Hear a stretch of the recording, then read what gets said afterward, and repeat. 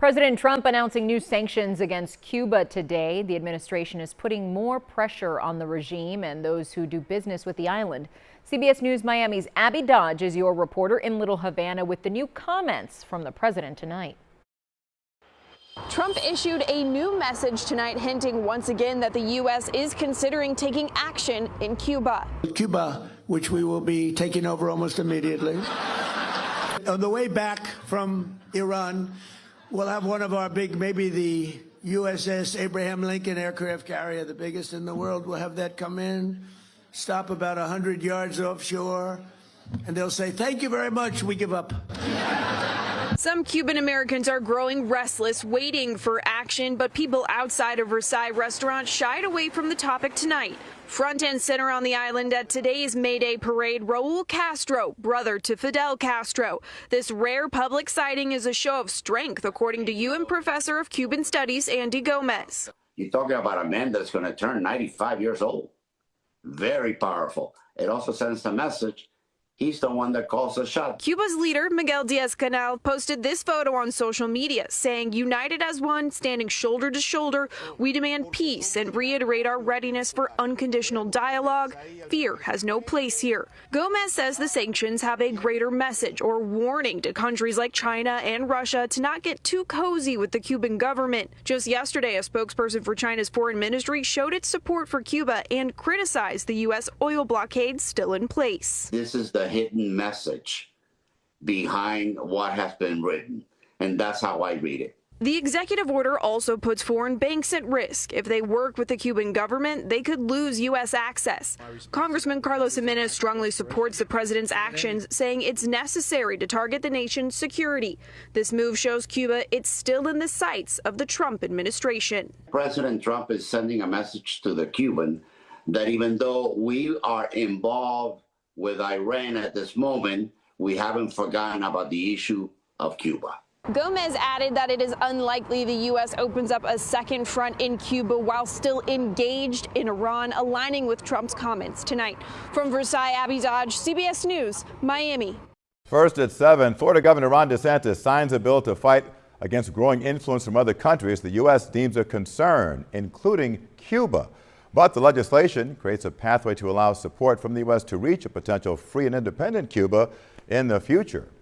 Good evening, I'm Jim Berry. That bill is set to go into effect on July 1st. CBS News Miami's Yvonne Taylor is your reporter in Miami tonight. He joins us from the Bay of Pigs Museum and Library, where that bill was signed. So Governor Ron DeSantis signed House Bill 905, also known as a free and independent Cuba, here at the Museum of Bay of Pigs this afternoon. The bill basically bars Florida businesses from contracting with foreign nations, including Cuba. It also gives the governor the power to issue an executive order excluding the island nation if the federal government changes Cuba's diplomatic status. Let's take a listen to one of the reactions. At the same time, recognizing that Cuba is free, the governor now has the ability to empower Cuban residents in the state of Florida to go back and help in the rebuilding of Cuba, which what I've been told by other people who have suffered under dictatorships and have gone through liberation and transition, the liberation from the dictatorship is the easy part. The rebuilding and transition is the tough part. The governor chose this venue deliberately. The museum is dedicated to the Brigade 2506, the Cuban exiles that launched the failed Bay of Pigs invasion in 1961. We are in Little Havana. Yvonne Taylor, CBS News, Miami. And stay with CBS Miami for the latest developments in Cuba. You can always stay up to date by clicking on our Cuba in Crisis tab. That's located on cbsmiami.com. The United States.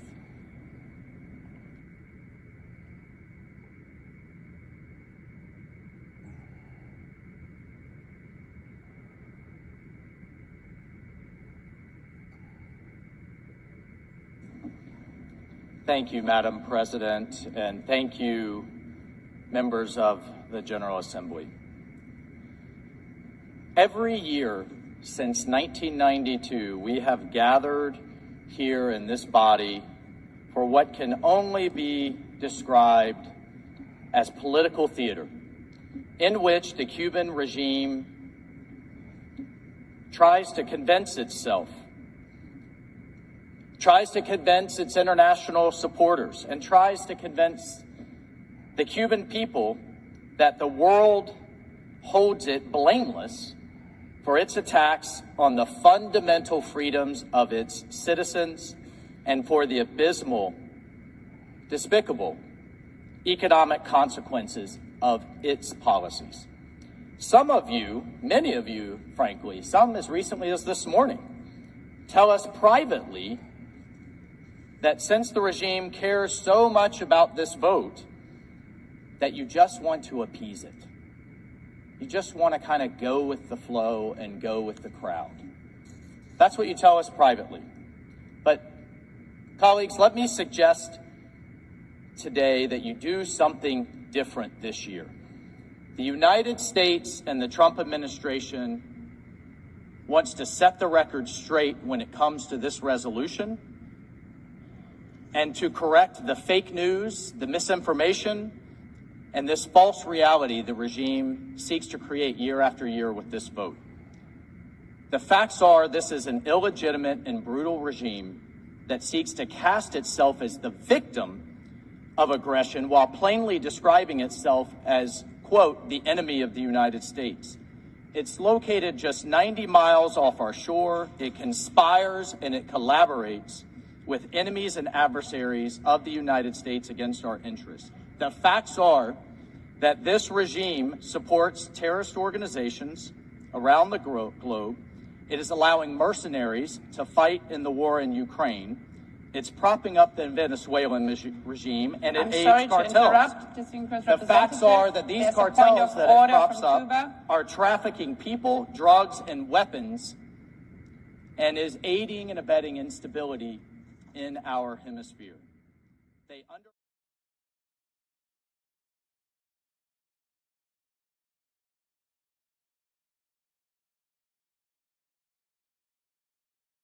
Video by Emmanuel Isaiah Smith.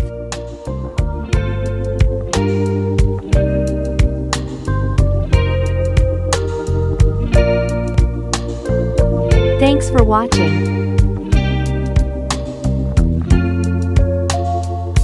Forever mine,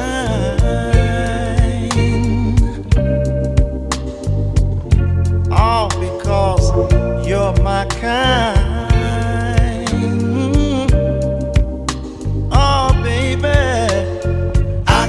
You want, you got what I want.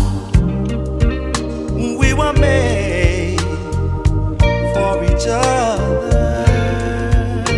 Ooh,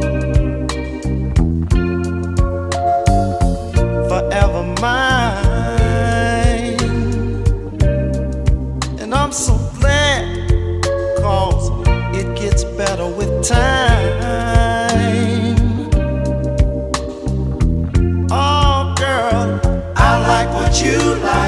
You like what I like. We were made for each other.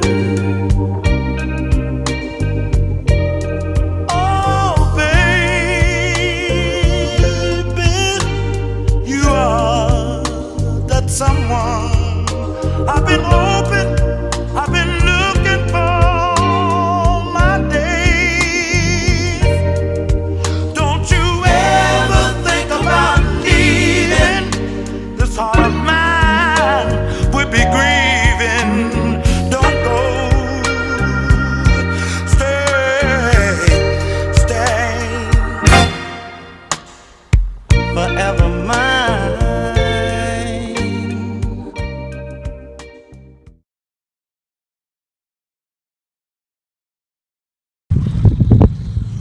Hello, ladies and gentlemen. We are back with part B of Cuba, Terrorism, and the Gangstalking Connection, part 15, Narcotics and Terrorism.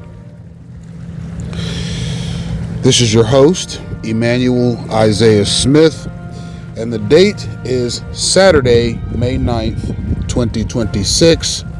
The time is 3 o'clock p.m., and I am in Miami-Dade County, Florida.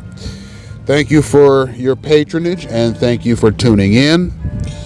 It's time to explore further matters in the situation in Cuba, not only now, but in the past. And I think these matters need to be explored because aside from Canada and Mexico, Cuba is the next foreign country that is essentially a neighbor of the United States. That means when you talk about the geopolitics of America, you're talking about the geopolitics of Cuba, and vice versa. When you're talking about the geopolitical situation in Cuba, you're talking about the geopolitical situation in the United States. It's similar to Canada and Mexico, okay? The politics of Canada are very intimately intertwined with the politics of the United States. Similarly, the politics of Mexico are also intimately intertwined with the politics of the United States. And when you talk about countries that border each other, for example, Canada borders the United States to the north, Mexico borders the United States to the south. The well-being of the Mexican people and the well-being of the Mexican state of affairs is going to be, in some respects, dependent on the actions of the U.S. and vice versa. Similarly, the well-being of the Canadian people and the current state of Canadian affairs is going to be in some ways dependent on the actions of the U.S. And Cuba is similar. The reason, ladies and gentlemen, Cuba is such an interesting and fascinating topic to cover is because of its complexity with respect to its relationship with the United States.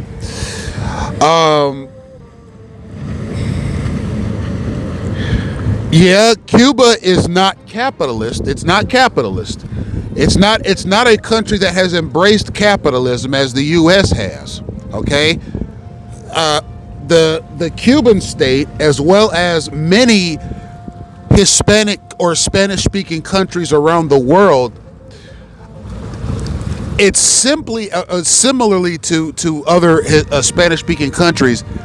Cuba, its people and its government more closely relate and identify with the communist mindset. Okay? What belongs to you belongs to me. What belongs to me belongs to you. It's basically the well-being of the state, the well-being of the government is what edifies this country. And a person's labor and his output is his worth. Okay? The capitalist mindset, which is the mindset that's prevalent in most Western countries, is meritocracy is the best form of government. Okay? A person should be able to earn however much money their talents and work ethic allow them to earn. Period. It's not a situation where we're trying to be egalitarian. It's not a situation where we're trying to make the playing field as even as possible for all Americans. Simply put, if you are capable of earning $100 billion over 10 years, as opposed to the next person who may be only able to earn $100,000 over 10 years, that discrepancy is totally up to the markets. Now, ladies and gentlemen, if you ask me, do I have a problem with capitalism? The answer to that is no. Okay? I tend to think that the free market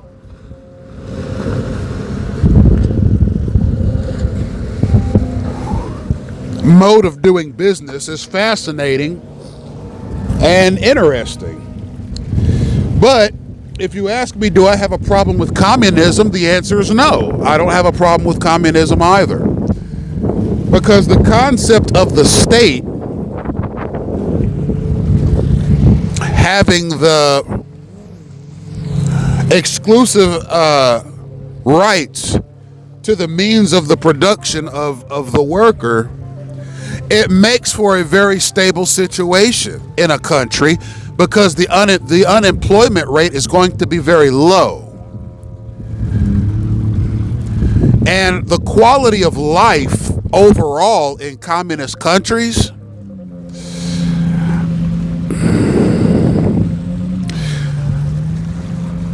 on average is more stable than it is in capitalist countries. You see less fluctuations in standards of living in communist countries, and I think that's admirable. Okay, chances are, if you are an able-bodied male in a communist country, and in many respects an able-bodied female, chances are you're going to be able to find work somewhere, because it is the government itself, as a high revenue generating conglomerate, that is ensuring that the workplace as an economic mechanism is as accessible to its citizens as possible. Now, wages are a little lower typically in communist countries with respect to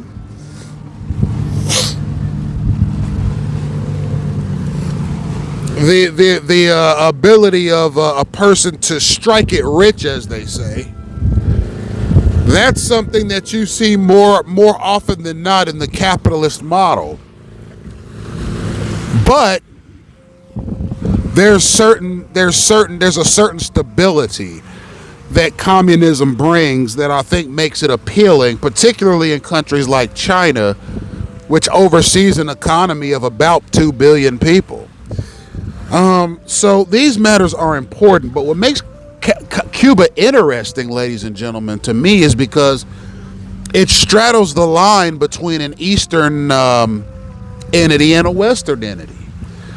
I mean, it's obvious to me, ladies and gentlemen, that Cuba's political ideology, its communist political ideology, favors the Eastern lands.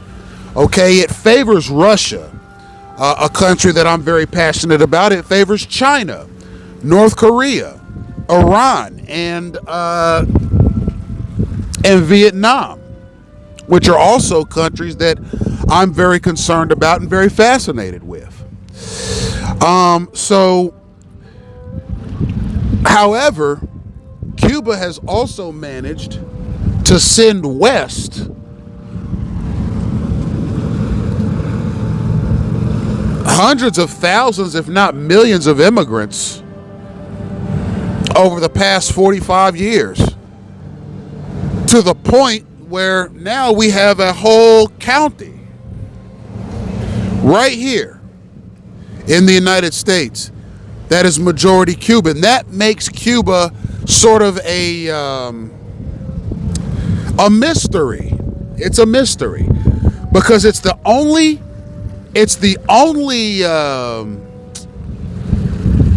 communist country in the world that has produced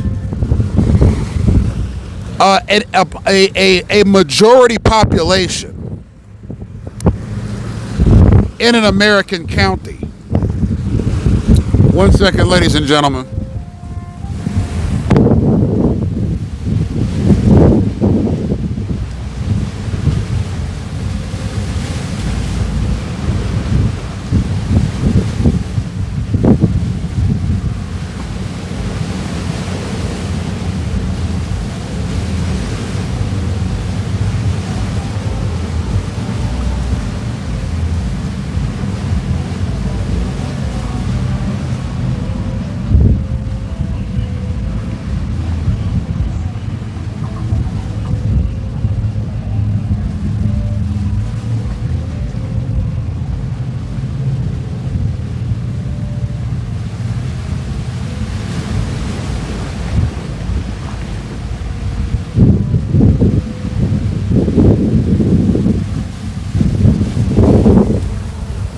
All right, ladies and gentlemen, so it makes Cuba an interesting conundrum that it is it's allied to the eastern lands, but it also has a sizable presence right here in the United States.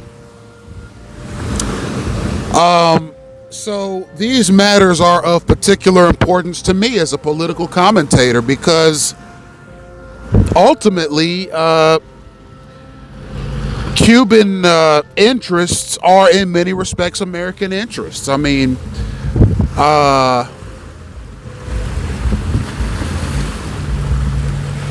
here in the United States, we have a Cuban Secretary of State, Marco Rubio. Now, as far as I can tell, he is on board with the sanctions that are against Cuba right now. And he doesn't particularly have much to say about the narco-terrorist element that has presented itself in various capacities here in the United States. But nonetheless, there's a Cuban Secretary of State in office right now. Okay? That makes our relationship with Cuba more important than ever. And I believe Donald Trump, President Donald J. Trump, has shown a legitimate and responsible interest in Cuba. Now, I know his actions in Cuba are adversarial, but you must keep in mind, ladies and gentlemen, that is typical of Republican presidents. Republican presidents tend to see Cuba as a matter of tradition as an adversarial nation. Partly because it's communist, and partly because it has a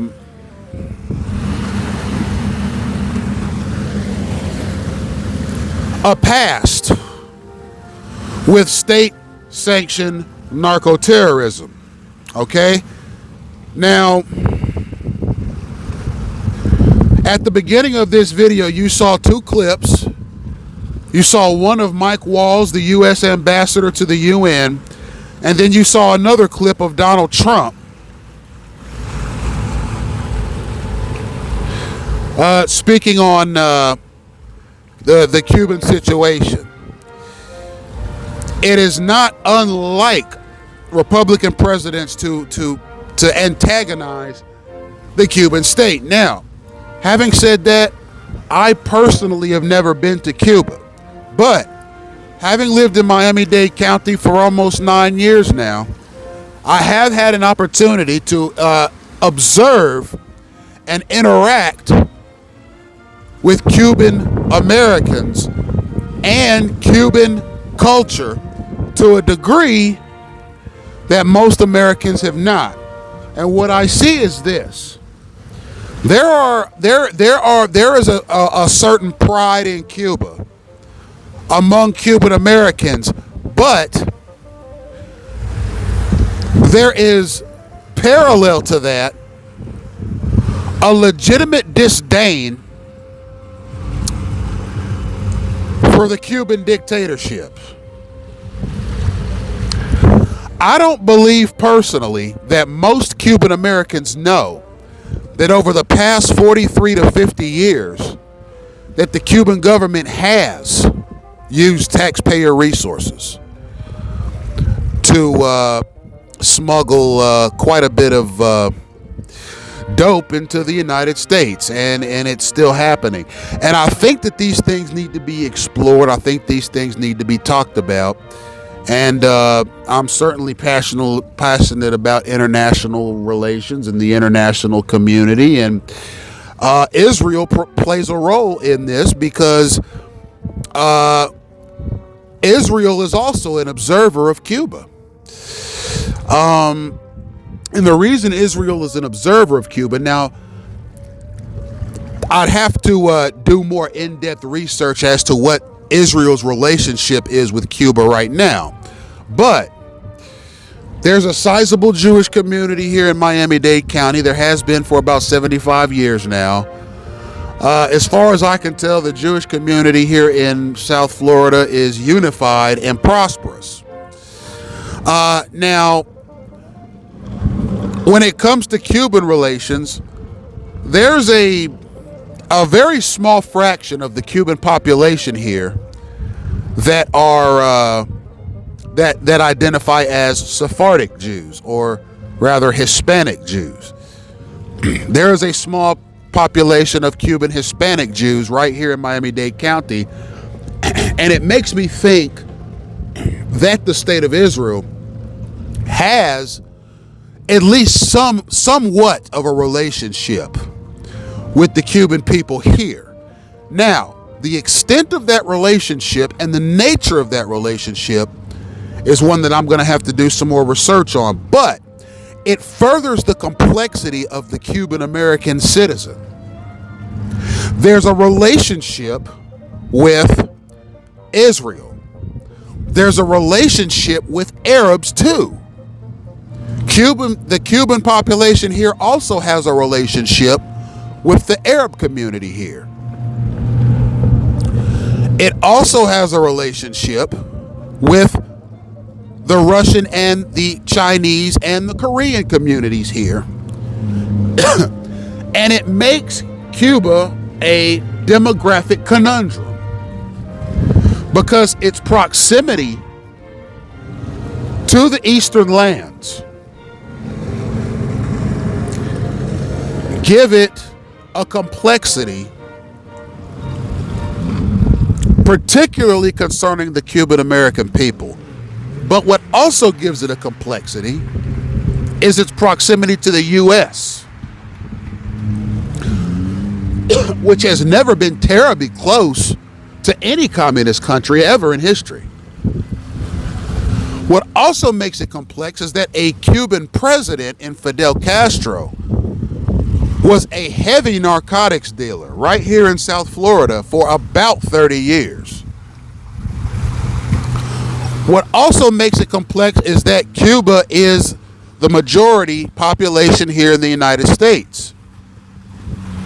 What also makes it complex is that many Cubans here speak English as a second language and not as a first language. What also makes it complex is that most Cuban people here are only first, second, third, or fourth generation.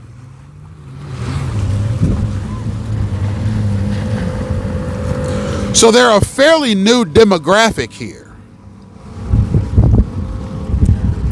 Plus you have to throw in the narco-terrorism that has been investigated by the Senate and the House for almost 50 years now concerning the Cuban state and its activities. So there is a whole list of complexities that the Cuban American population brings. And it's important to investigate these matters not only in the present but the past.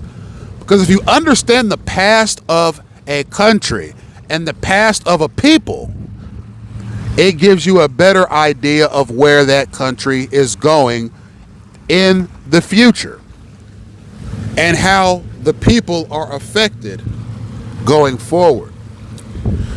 It's as I oftentimes like to say, ladies and gentlemen, there have been so many different political conundrums that have presented themselves concerning Cuban leadership. I mean, if you look at Fidel Castro, if you look at Raul Castro, they were at one time one of the world's top dope dealers. But then if you look at today's president of Cuba, he's suspected of it, but he has said the U.S. will find no surrender in Cuba. So, ladies and gentlemen, with that, we are going to get into the main talking points. I left off yesterday on page 32. Now, this is the testimony of Jorge Massetti, who was a Cuban official who has defected, and he has decided to testify against the Cuban government. And what he's saying in this Senate, in this congressional hearing, that took place in the year 2000 in Washington. He's saying that he was asked by the Cuban government to kidnap a Wells Fargo banker with the help of M19. So it was kind of like a ransom or a sort of a blackmail or some sort of almost like a human heist. Okay. And we are going to read this paragraph. It says also, and this is the paragraph of Mr. Massetti.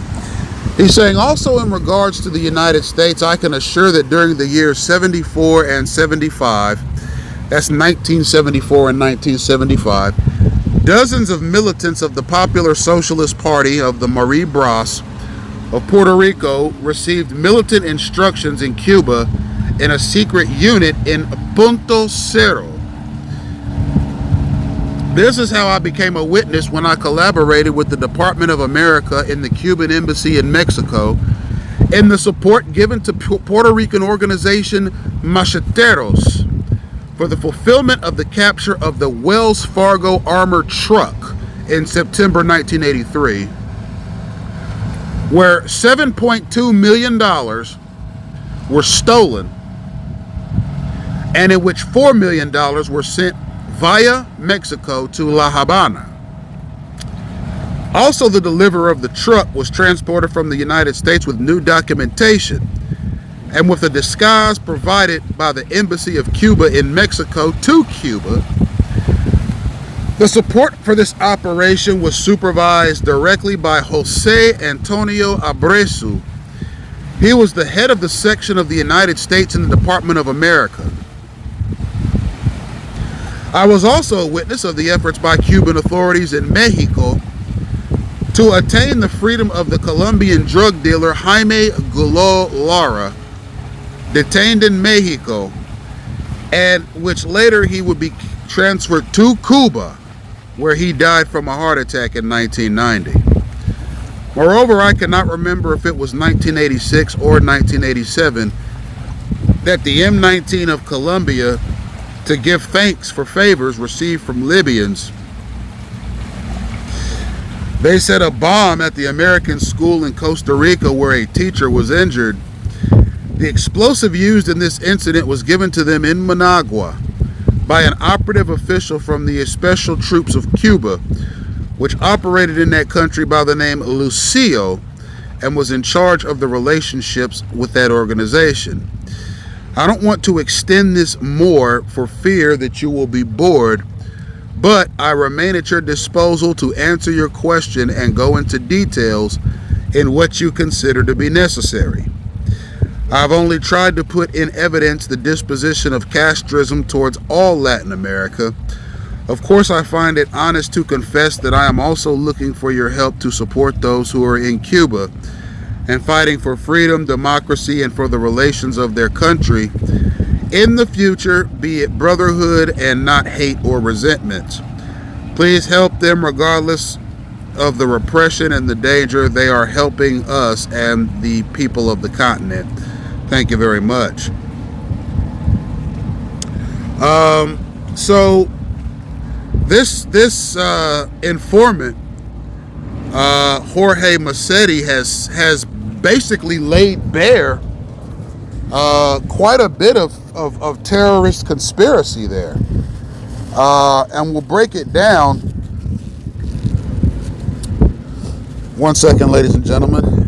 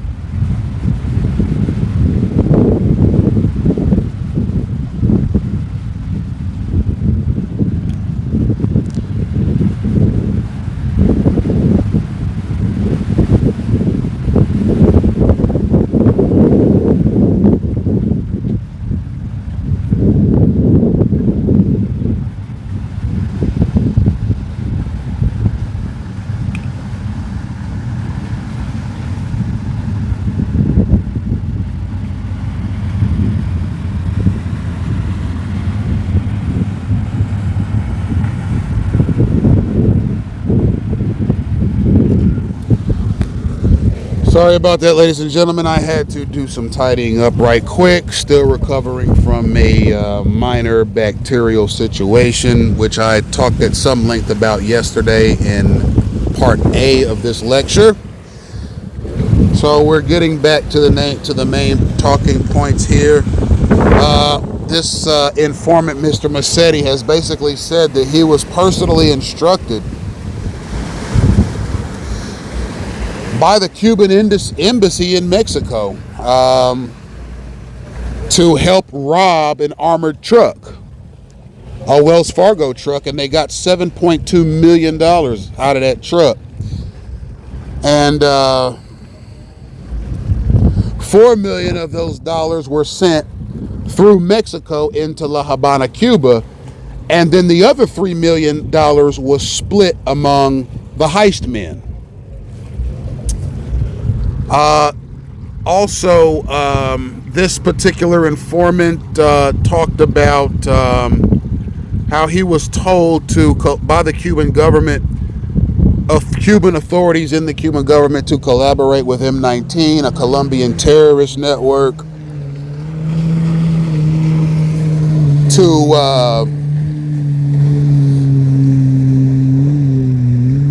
essentially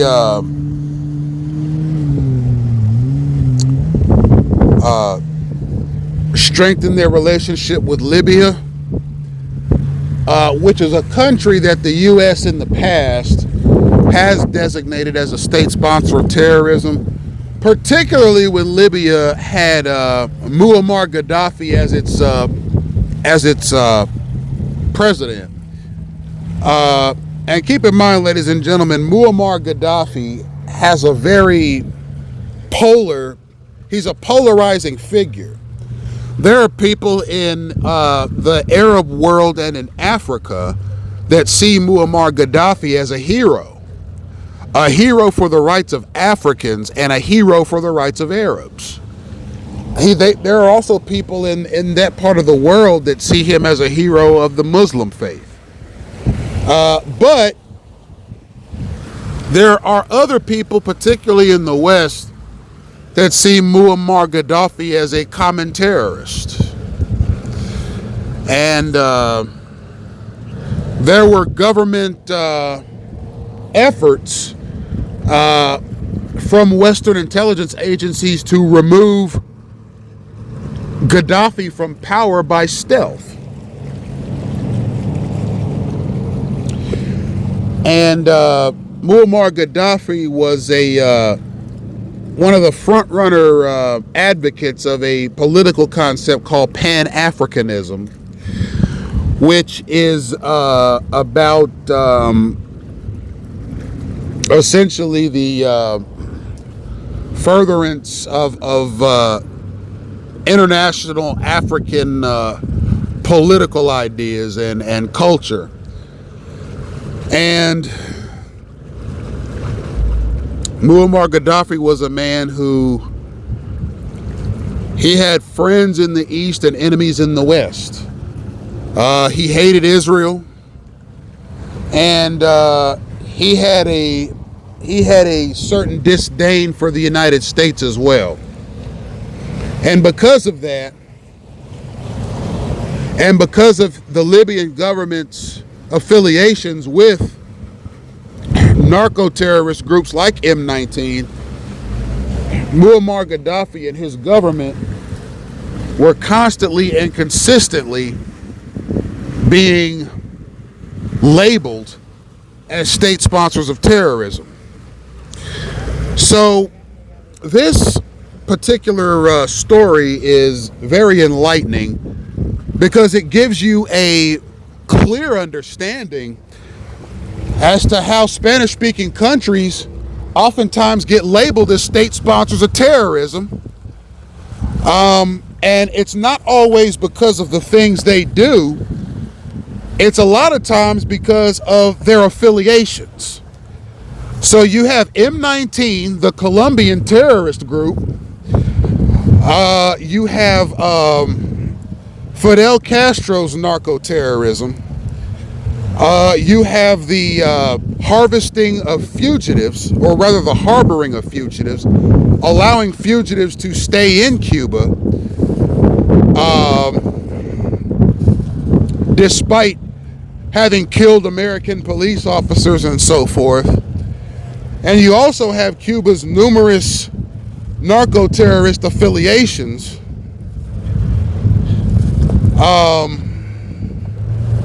that the United States has become aware of in Senate hearings. So as a result, Cuba is constantly getting thrown on the state sponsor of terrorism list. And this particular matter that has become before the U.S. Senate has sort of made its way to North Africa. And we see where a North African country has found its way into the mix. So now we're talking about international terrorism, because it isn't just Cuba by itself. It's Cuba and Colombia and Libya and Mexico all collaborating in terrorist actions, including heists. Now,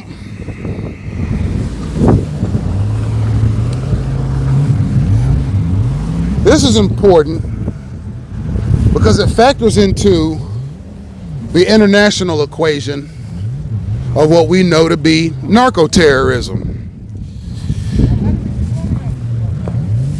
No particular narco-terrorist agency can function and act on its own. It takes a conglomeration of narco-terrorist groups to be profitable. And that's what narco-terrorism is ultimately about. It's about being profitable. It's not about killing as many people as possible. It's not about scaring as many people as possible. It's not about blowing up as many buildings as possible. It's about being as profitable as possible. And the way you become profitable in a narco-terrorist organization is if you get a conglomeration of narco-terrorists around the world and you use their military skills to protect drug activity. And that is essentially the long and short of it. It's a business enterprise. So,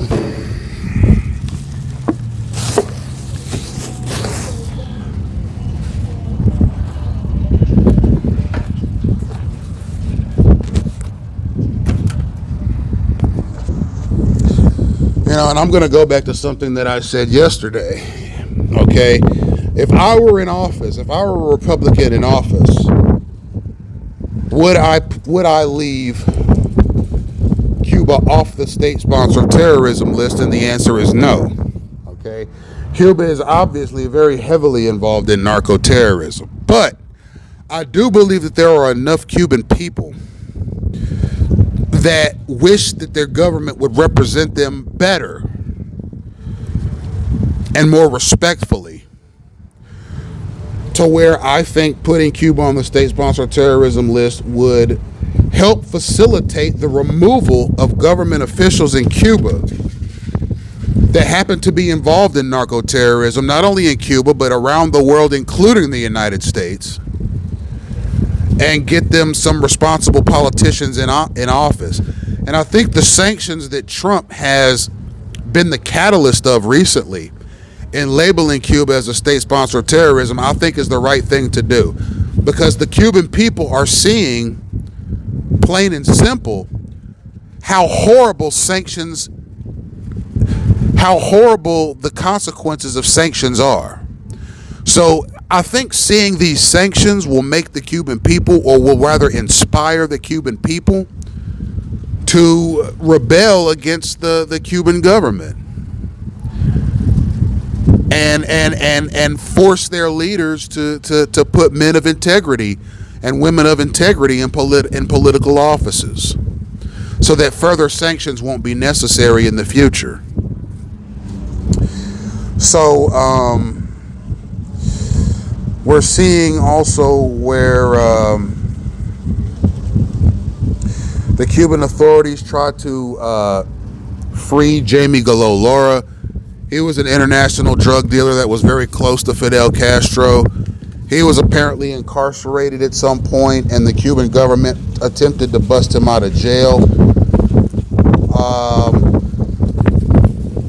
He wasn't busted out of jail, but he was transferred at some point from Mexico to Cuba and was, I guess, semi-detained in Cuba until his passing. So, I mean, we see all of these various black market, underworld, and criminal activities that the Cuban government is directly responsible for. And these defectors, okay, like Mrs. De La Guardia and like Mr. Massetti, are basically laying it bare for the really for the entire Congress to see and hear. The Cuban government is very active in not only narco-terrorism, but it's also active in acts of political corruption as well. So let's scroll back down.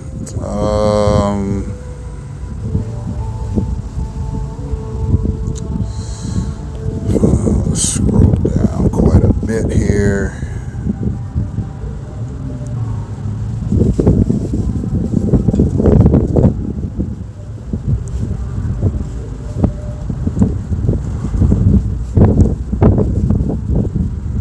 We're going to look at drug control.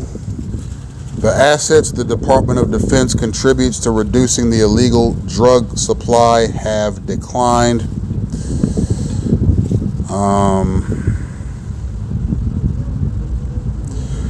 And this is a brief that was placed in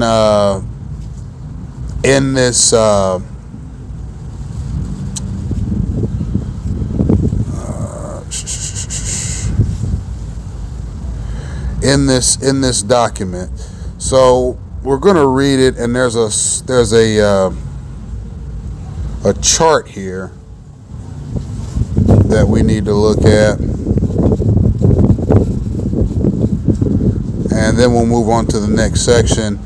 It says the Department of Defense has plans and strategies that support the goal of reducing the nation's illegal drug supply, as specified in the National Drug Control Strategy. The Department of Defense supports this goal by providing military personnel, detection and monitoring equipment, intelligence support, communication systems, and training.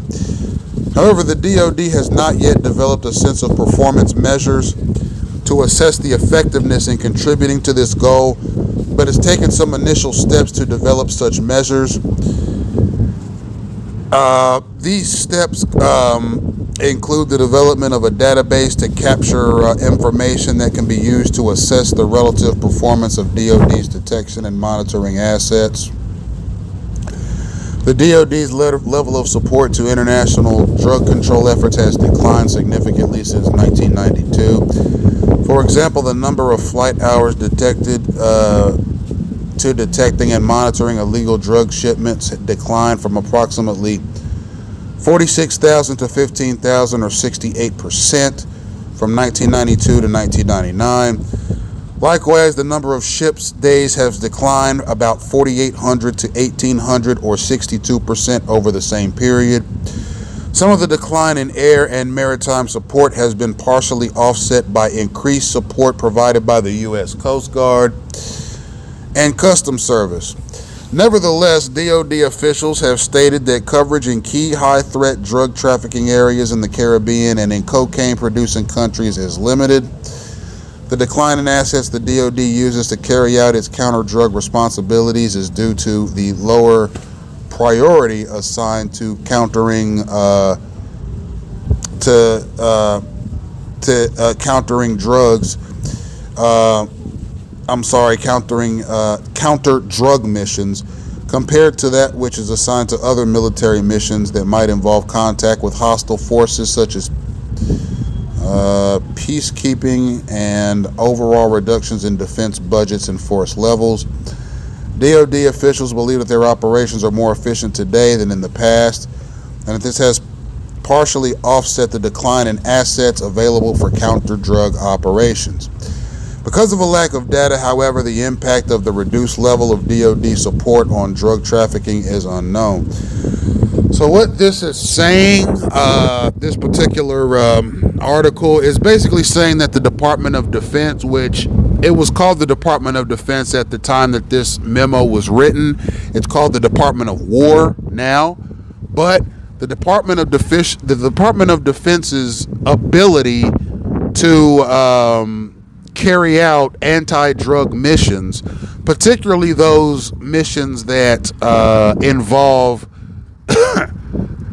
countries like Mexico or Cuba from bringing drugs into this country illegally, has declined. And the reason it's declined is because there are mission parameter problems, and there are budgeting problems. The Department of Defense is basically saying that the budget for such a thing is just simply not there. Because keep in mind, ladies and gentlemen, the Congress of the United States gets to determine how much of a budget the Department of Defense gets each year. And what's being said here is that the Department of Defense is not getting enough money from Congress to pursue counter-drug measures.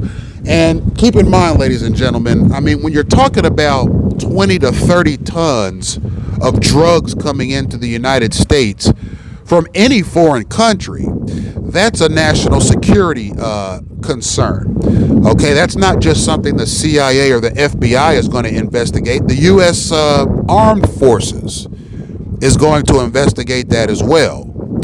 So you must understand that the Department of Defense is involved in counter-drug measures here in the United States.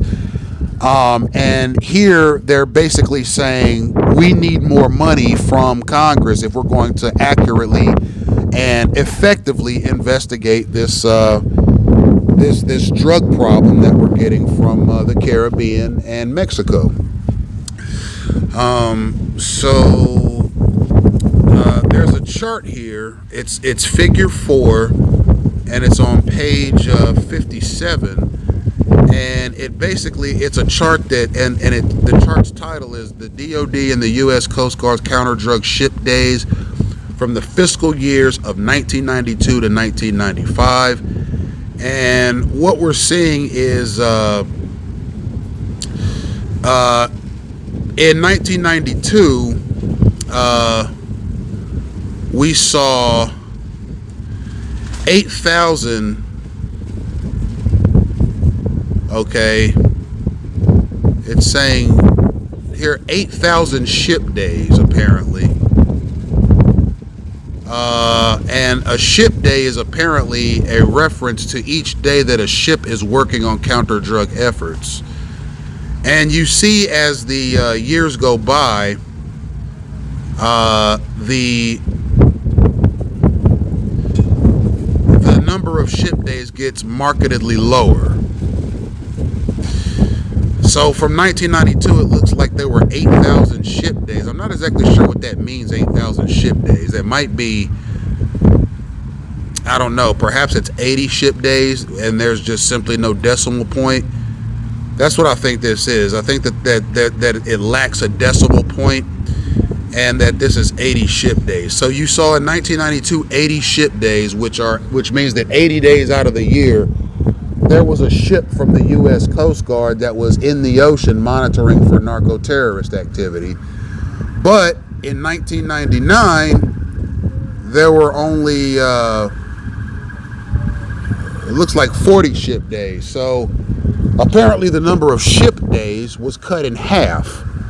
And the U.S. Coast Guard was only able to monitor 40 days out of the year narcotics activity in the ocean, as opposed to 80 days out of the year.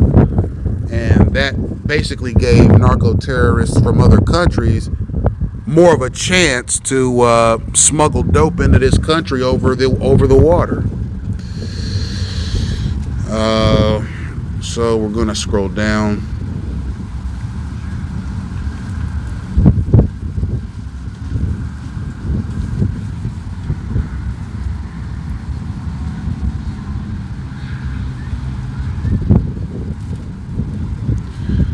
There's an interesting statement here from Jose Fuentes Agostini, the former Attorney General of the government of Puerto Rico, and he's basically just saying that he is he's thankful to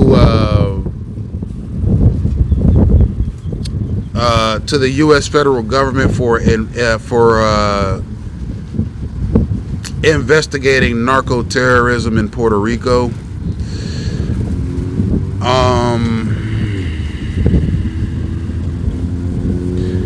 And this man, Jose Fuentes Agostini, is also the, aside from being the Attorney General of Puerto Rico, he was the state head for the Northern Caribbean high-intensity drug trafficking area. So he was a high-ranking member of what you might describe as the Puerto Rican DEA. And he's basically just giving the Senate a rundown of some of the steps that Puerto Rico has taken to combat narco-terrorism in Puerto Rico. And some of the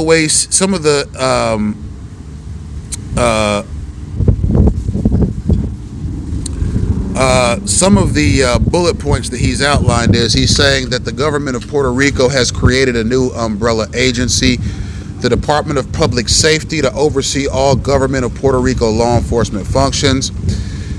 We installed a police superintendent, a veteran FBI agent named Pedro Toledo, as the Commissioner of Public Safety. We have added over 6,500 new police officers, bringing the total of our existing police force to 18,000. Making it the nation's second largest police force.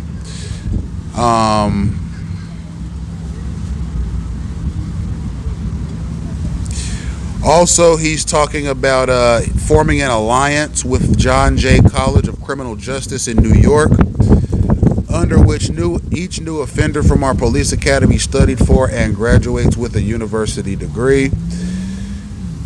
July 17, 1999, by virtue of Law 155, the Policy Academy was transferred into the Criminal Justice College of Puerto Rico, Middle States accredited institution.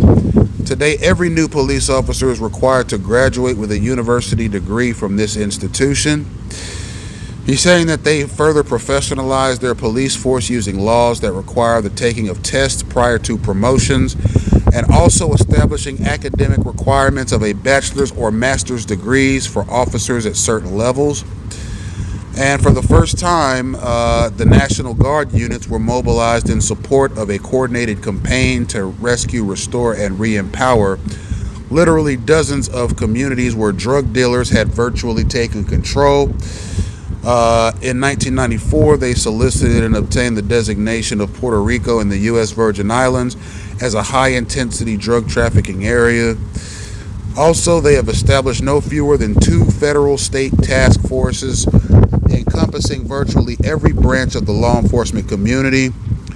They established a police drug and narcotics unit at our international airport to interdict controlled substances as well as illicit weapons and currency.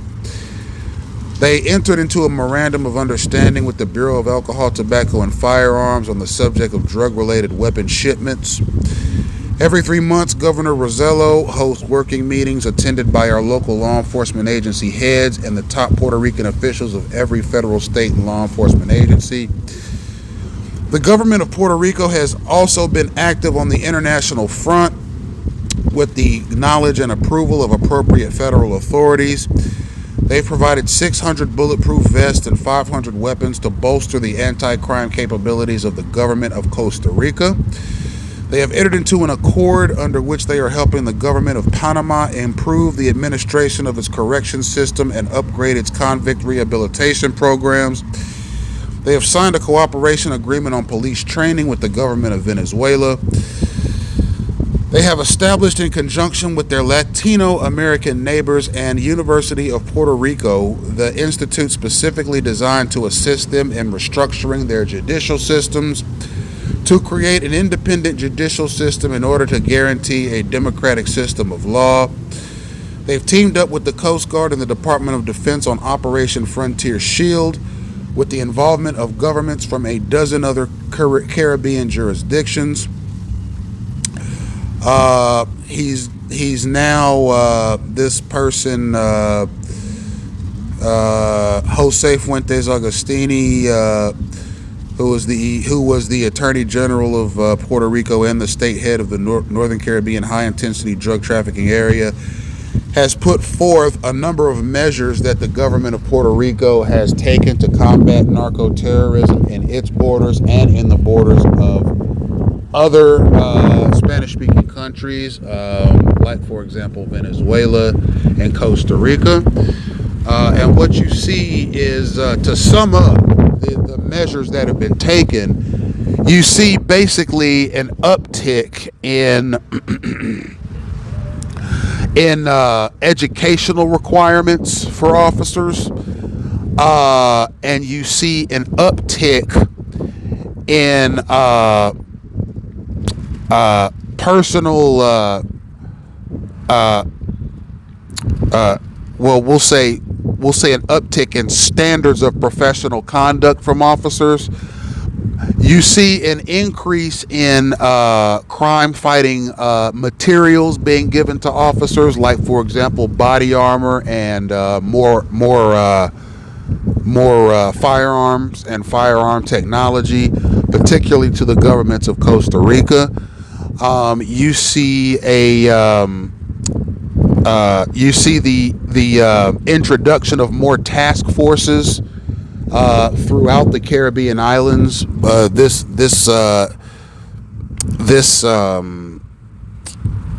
concept having been spearheaded by Puerto Rico, no doubt with the United States' backing. And these new task forces are aimed at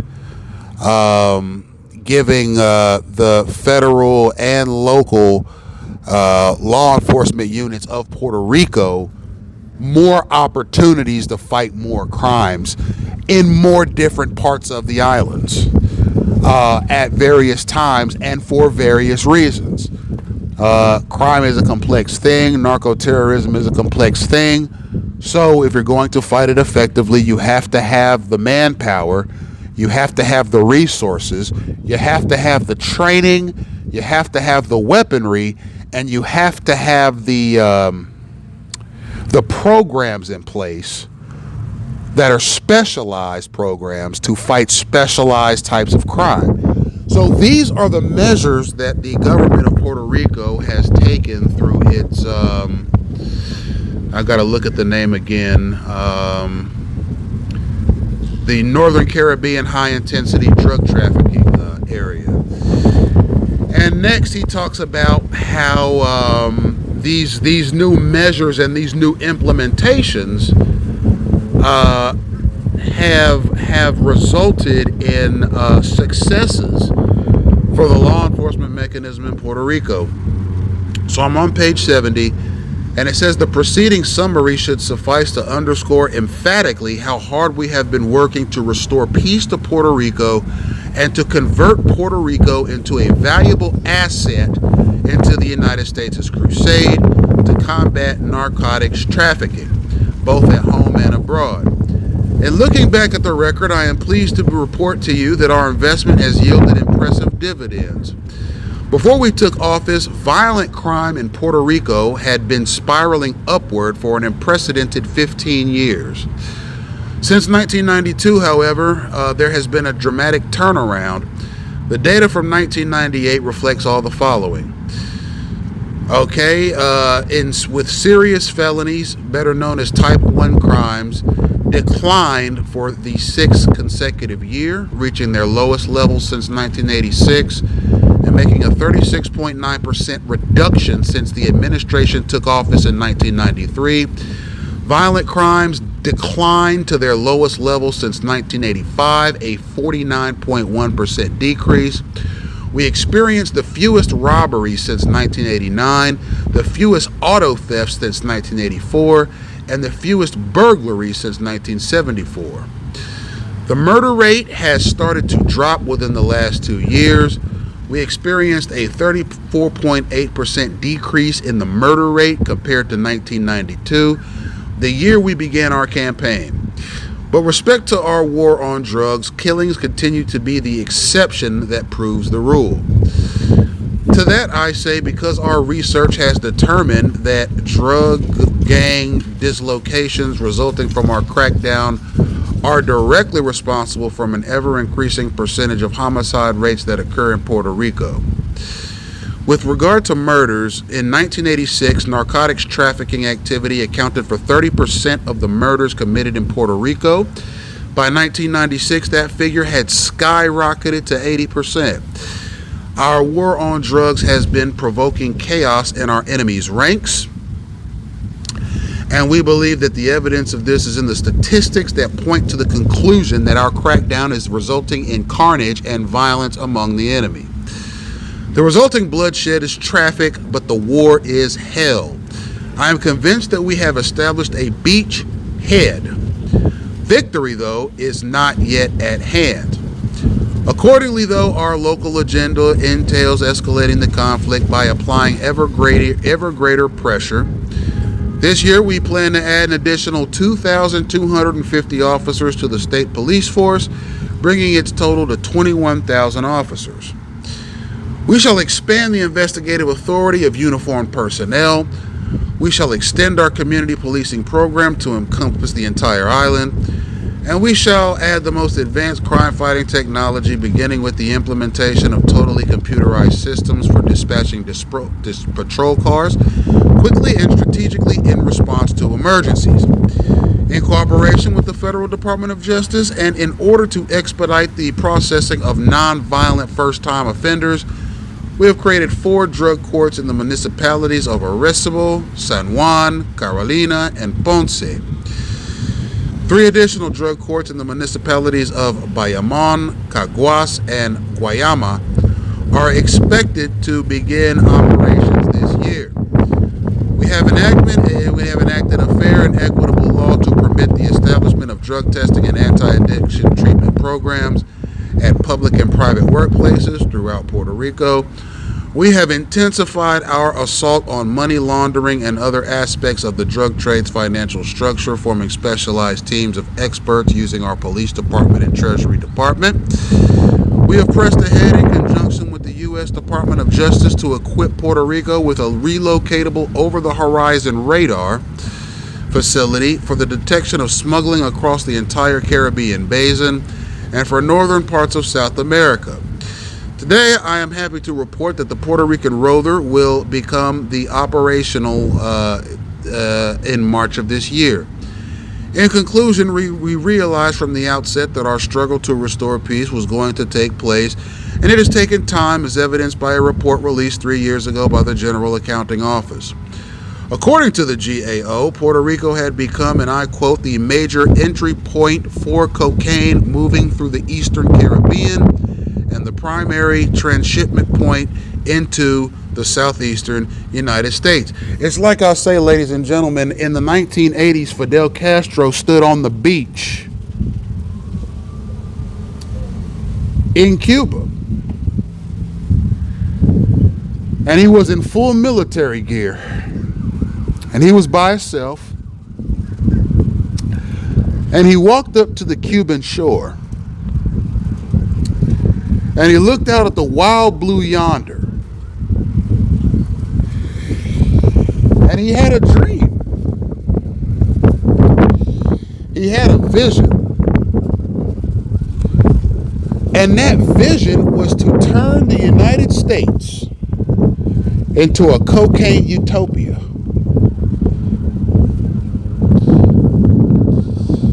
Okay, it was a dream that Fidel Castro had ever since he was a teenager.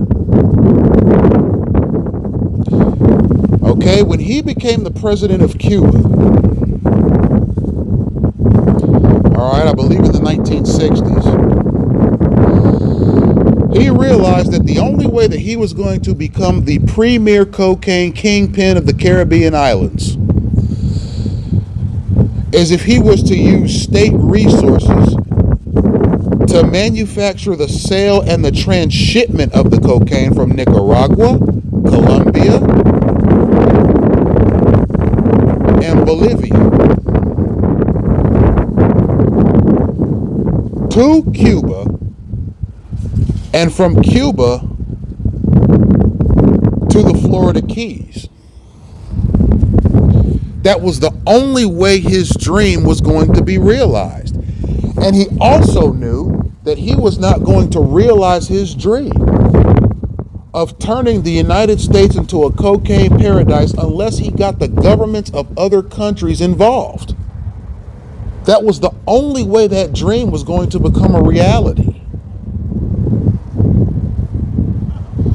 And when he went and got those foreign countries to get involved in his dealings, and we're talking tons of cocaine. We're talking 10 to 30 tons of shipment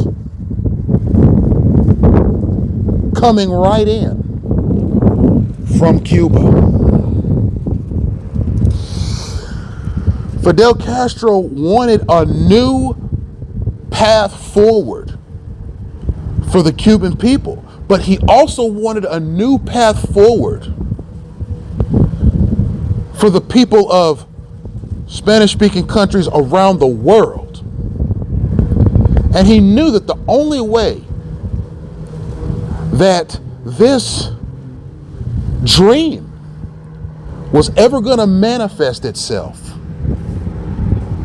was that if he, as the president of Cuba, used state resources to peddle dope into the U.S. and effectively transform the United States into a cocaine wonderland. Now, ladies and gentlemen, you better believe that Puerto Rico was a part of that. Puerto Rico has always been a part of that. They're a part of it to the present day. But what this man, okay, Mr. Jose Fuentes Agostini, what this man is saying is that the government of Puerto Rico has bent over backwards to ensure that less of this narco-terrorist activity is affecting the Puerto Ricans. Okay? Now, let's keep something in mind here, ladies and gentlemen. This article is about the entire Caribbean with a focus on Cuba. So we're going to talk some about Jamaica, Haiti, Dominicana, Puerto Rico, in addition to Cuba. Because this isn't just a Cuban operation. It involves Cuba's friends in the East, and it involves the newly converted Spanish-speaking countries to the communist political ideology. It involves all of these things. And this man is going to the U.S. Congress and he's saying, this is what Puerto Rico has done to curb these abuses. Now, ladies and gentlemen, I have to let you know something, okay? I'm not totally convinced that these measures that the government of Puerto Rico has taken are genuine. There's too much money to be made in international narcotic smuggling for the Puerto Rican government to all of a sudden have an epiphany and say, oh, we're going to put a stop to this right now. There's too many hundreds of billions of dollars flowing into Puerto Rico. We don't want it anymore. We don't want any more of the narcotics money that's flowing into Puerto Rico. We're going to put a stop to it. don't like the tens of billions of dollars that are flowing into our country from the states. We don't want it. Okay? For me, these measures are nothing more than a confidence builder. Okay, it's the government of Puerto Rico saying to the government of the United States, these are the blanket measures that we're taking to combat crime. Right? But you know that cocaine money, that heroin money, that methaqualone money is still pumping in Puerto Rico like hotcakes on the back end. But what the Puerto Rican government is doing is they're getting with the United States government and saying, but this is what we're doing to stop it. Okay, but I think that ain't nothing but a bunch of bull, if you really want to know the truth, ladies and gentlemen. Now, we see these bullet points, and these are nice bullet points. They're promising bullet points that the Puerto Rican government has said that, you know, the work that they've done with these new U.S.-backed anti-narcotics measures is working. Murders are down. Robberies are down. Okay? All of these black market activities are down. Yeah, okay, they're down temporarily. But at some point, all of this anti-narcotics technology that the Puerto Rican government is using to fight crime, eventually the narco-terrorists are going to get a hold of that technology too. And then they're going to start paying off the government, the officials of Puerto Rico to turn their heads and look the other way like they've been doing for the past 50 years. And then that narco-terrorism is going to start right back up like a brand new car on a hot summer day.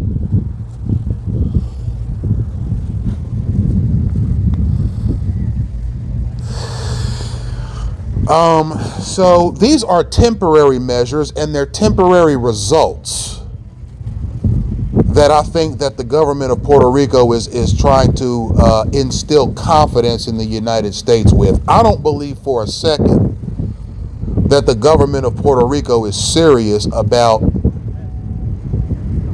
putting away narco-terrorism. I mean, why would it?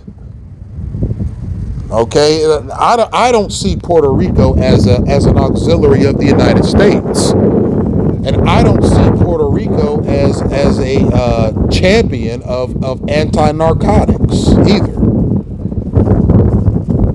And I don't think these measures are legit.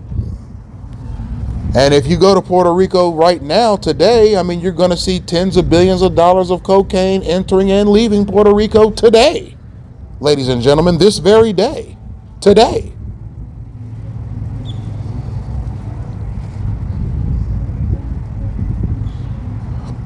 I mean, you're going to see 20, 30 billions of white cocaine enter and leave Puerto Rico this evening, ladies and gentlemen, right now. So, you know, it's a situation where, you know what, it's just, me personally, right? Okay, I've always been of the mindset that there are certain countries that are just simply going to be high consumers of narcotics, and then there are other countries that are simply going to be high sellers of it. Okay, the reciprocity in that relationship ain't going nowhere. Okay, can you convince an entire country not to just fall out of love with their favorite drug? Can you tell another country or a supplier country to just fall out of love with selling the drug that sustains the economy?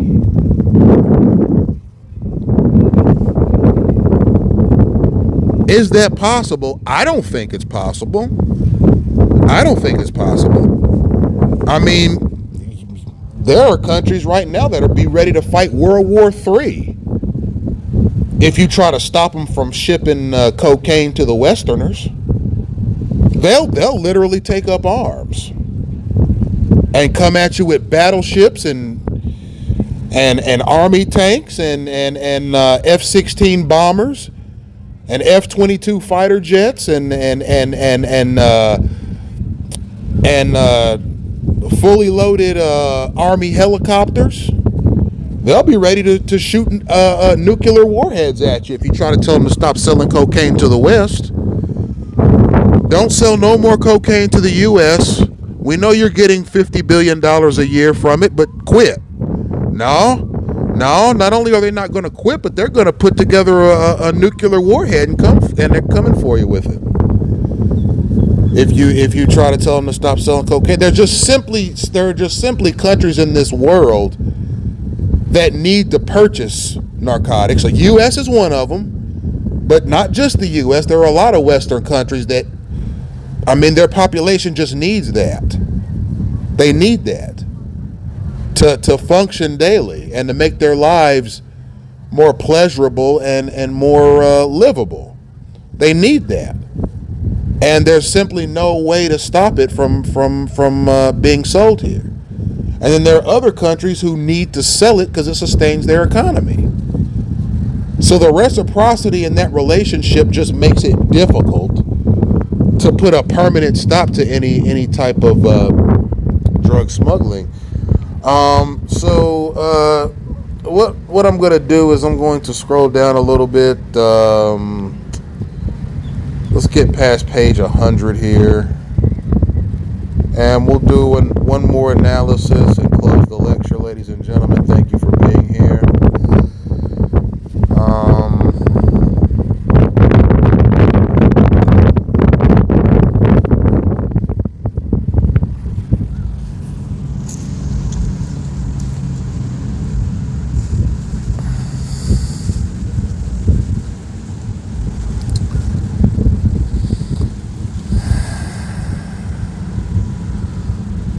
All right, what we're going to look at is we're going to look at page 111. We're going to do an analysis of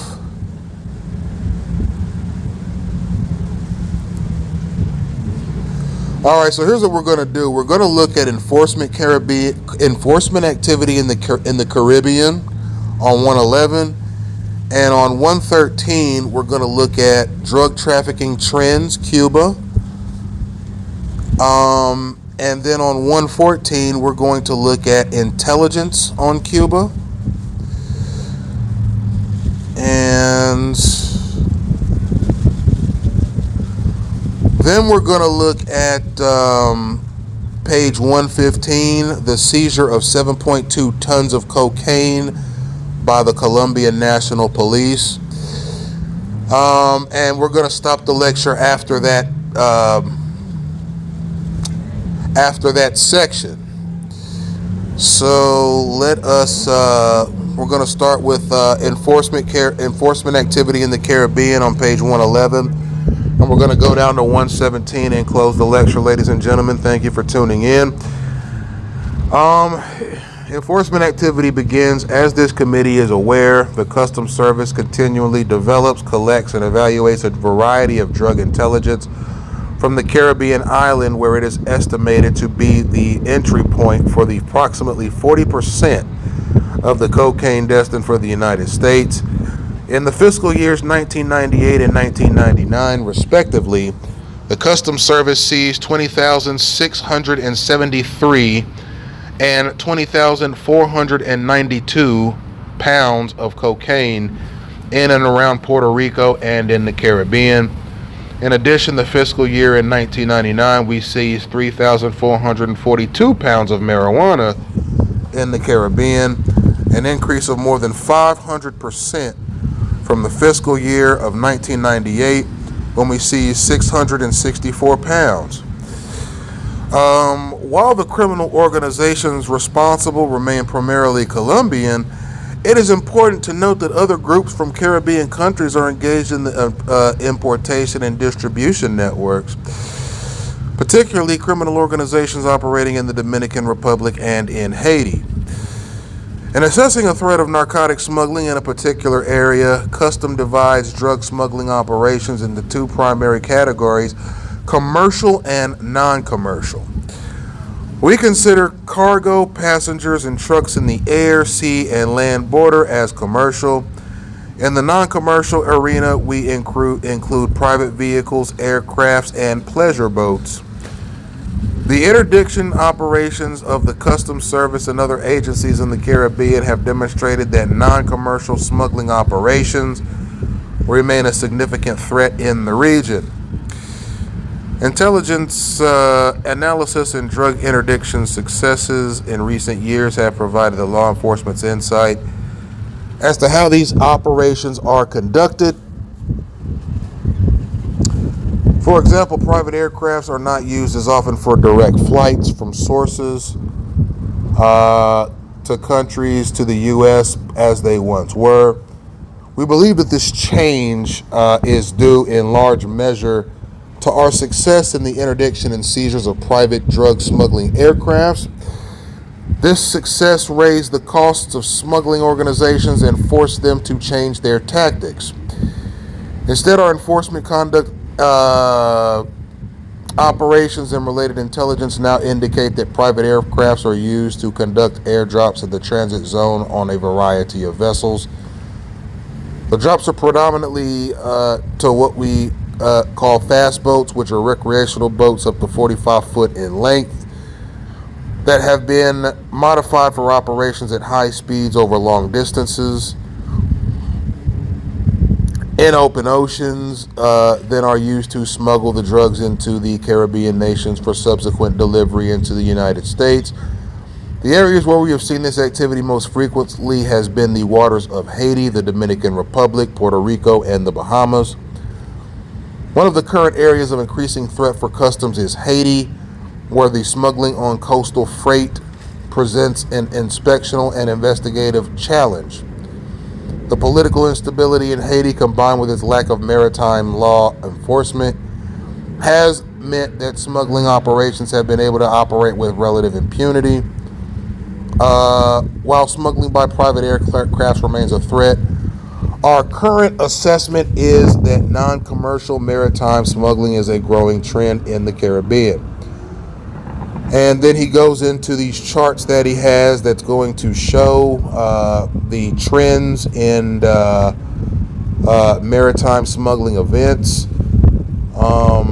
And essentially, that's the long and short of that. It's just he's basically saying this, that the Customs Service of... Now, let me get the guy's name. His name is John Varone, and he's the Executive Director of Operations East in the Office of Investigations. In this capacity, he is responsible for the investigative operations of seven special agent in charge offices of the East Coast of the United States, including operations in the Caribbean. So he's basically an FBI investigator, and he's basically laying out, okay, based on his time as an FBI investigator investigating drug smuggling in the Caribbean islands and in the water generally, the trends that he sees concerning the facilitation of these smuggling activities from the Caribbean into the United States. And he's basically saying that he's seeing it happen in airplanes, he's seeing it happening in boats, he's seeing it happen in like 15 passenger vans, he's seeing it happen in a number of ways. And he's seeing it happen in such a way that it's getting more and more difficult for the DOJ to get a grasp on it.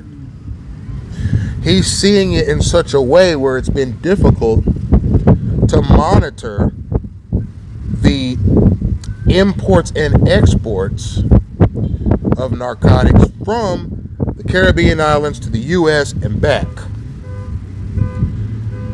You see? And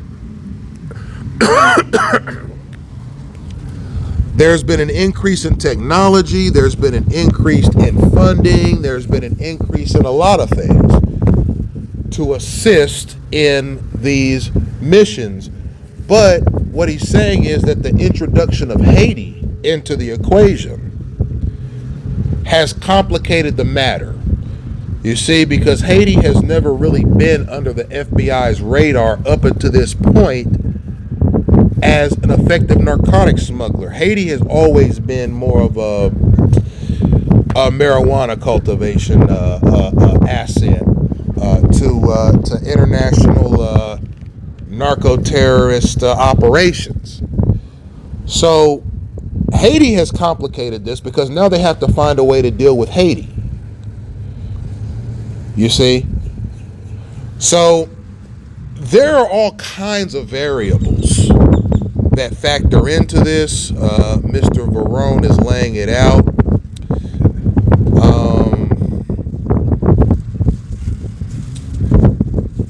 What he's looking to do is he's looking to integrate the air and marine he's basically looking to integrate the air and marine functions of the location of narcotics. Now, what that means is there are air units that fly in the air over the Caribbean, and then there are maritime units that are in the water.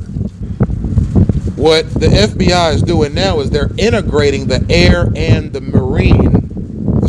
air and the maritime units into one unit so that there'll be more cohesion and more communication between the narcotics monitors in the air and the narcotics monitors on the water.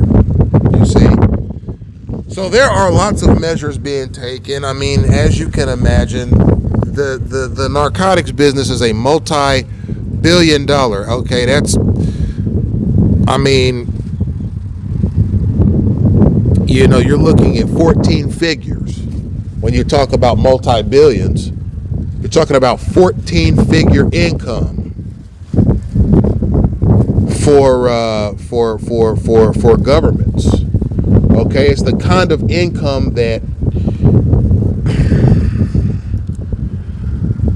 a government can take and build new public schools with it.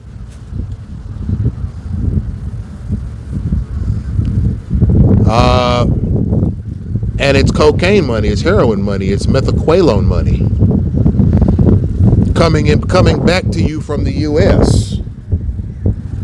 And you're taking that money and you're putting together new high schools with it, new public works projects, roads and bridges.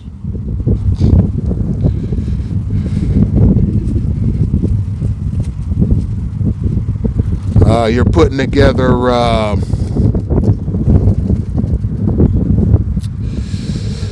public works projects.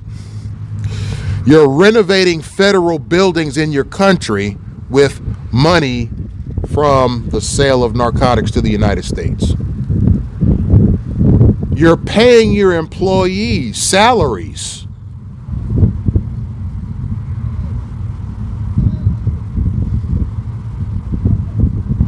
With cocaine money that has come back from the U.S. and has found its way into your treasuries.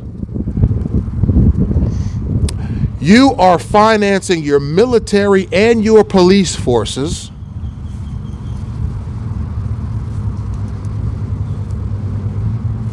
with cocaine money that has come back from the U.S. to your country.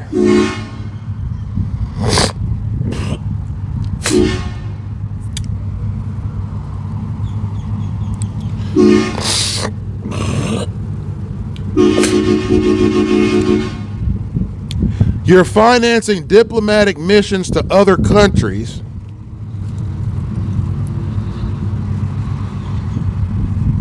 You're running election campaigns.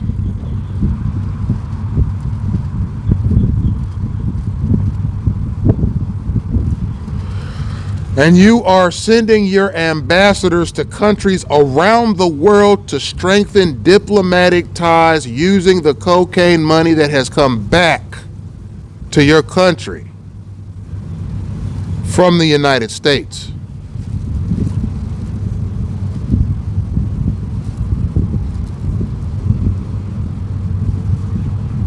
Ladies and gentlemen, okay, that is the reality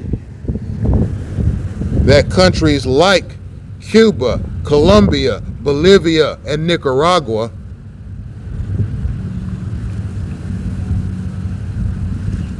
have seen over the past 50 years.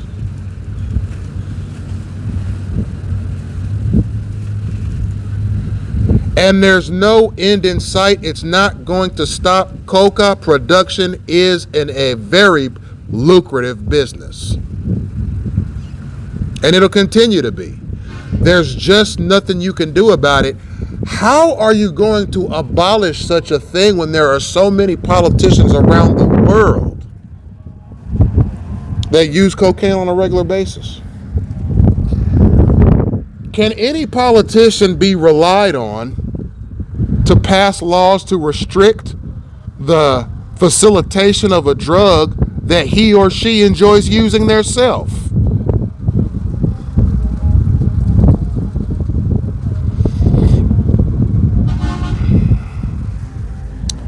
It's one of those necessary evils, ladies and gentlemen. Humanity has already discovered cocaine.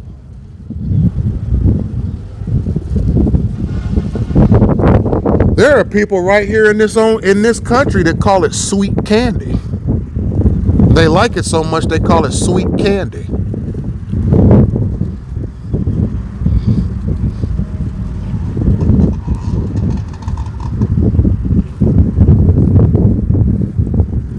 Okay, humanity can't get enough of the stuff. And you know what? It grows naturally in the earth. So how are you going to stop it from being cultivated? All you can do is pass as stringent laws as you possibly can and enforce them the best you can. But it's not realistic to stop it altogether. You can't. It was kind of like prohibition in the United States, ladies and gentlemen. You remember in the 1930s when it was illegal to sell or consume alcohol in the United States?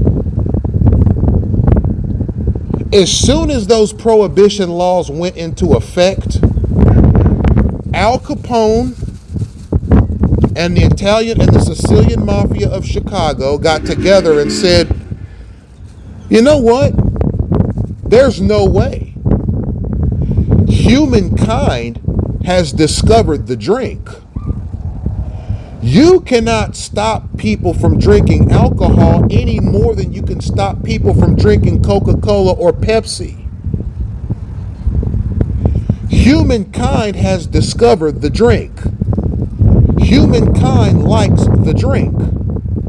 Humankind sees the physiological benefits of the drink. You can't stop humankind from consuming the drink, period. So what we're going to do is we're going to start bootlegging liquor and selling it on the black market. And that's what they did. And they became millionaires in the 1930s doing it. That's how bad the U.S. people needed the drink. I'm not judging. Some people operate better when they have substances and drinks in their system. Period.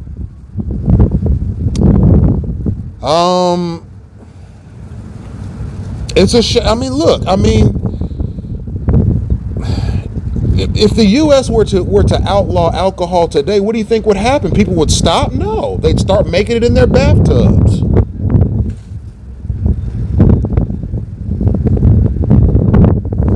Just like they did in the 1930s when it was outlawed. And then you'd have the black market activity, producing it and selling it on the open market anywhere. Right? Guys doing deliveries for it. From house to house.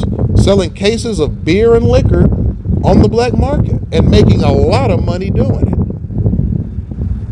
The same is true with any drug. Okay? At first it was humankind has discovered the drink. Now it's humankind has discovered the drug. I don't care how many laws you put out there on the books, there's always going to be people that seek out the high. Okay? People have discovered that. It's a human behavior that ain't going nowhere. And yeah, there are law are politicians that enjoy the drink and enjoy the high, period. And it's seen as one of those things that, you know, you hate to see it destroy people's lives if it gets that bad, but the overwhelming majority of people who drink or do drugs are not destroyed by them, and they actually set aside a monthly budget for these things because they know they need it in their life. So it's one of those things that just simply ain't going nowhere. And, you know, a lot of times I read these Senate hearings and these congressional hearings and I'll laugh because,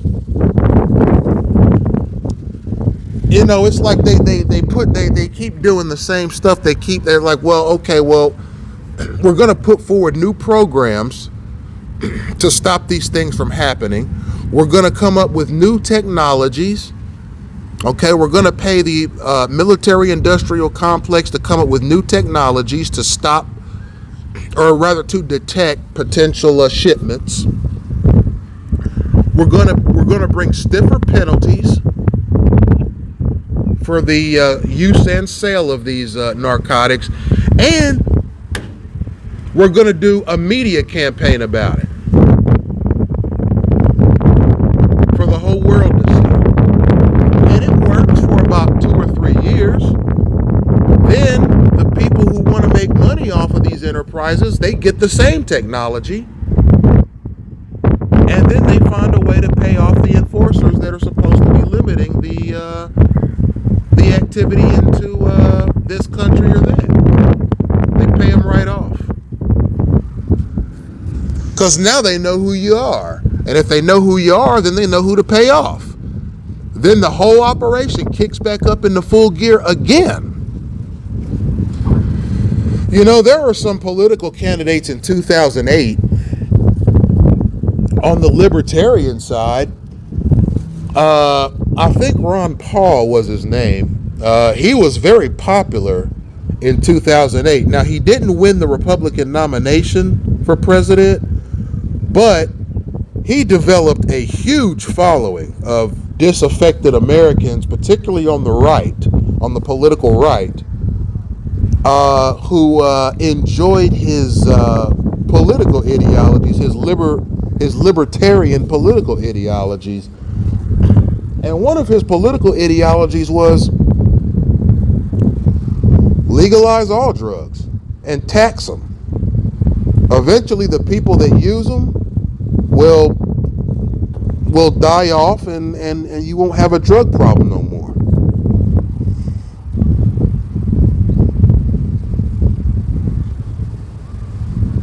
And in the meantime, we'll be raising hundreds of billions in tax revenues for the government.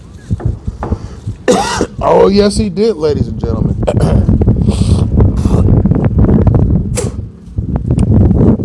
All the hardest drugs in the world under this man would be able to be purchased in stores legally. And his whole and mind you, this is a very brilliant man. I mean, he was a medical doctor before he became a politician. Very brilliant man. A man that saw the benefit in attaching the dollar to a gold standard, all of these things. Very well educated, very well presented politician this Ron Paul gentleman was. But he implied on numerous occasions that he thought that all drugs should be legalized.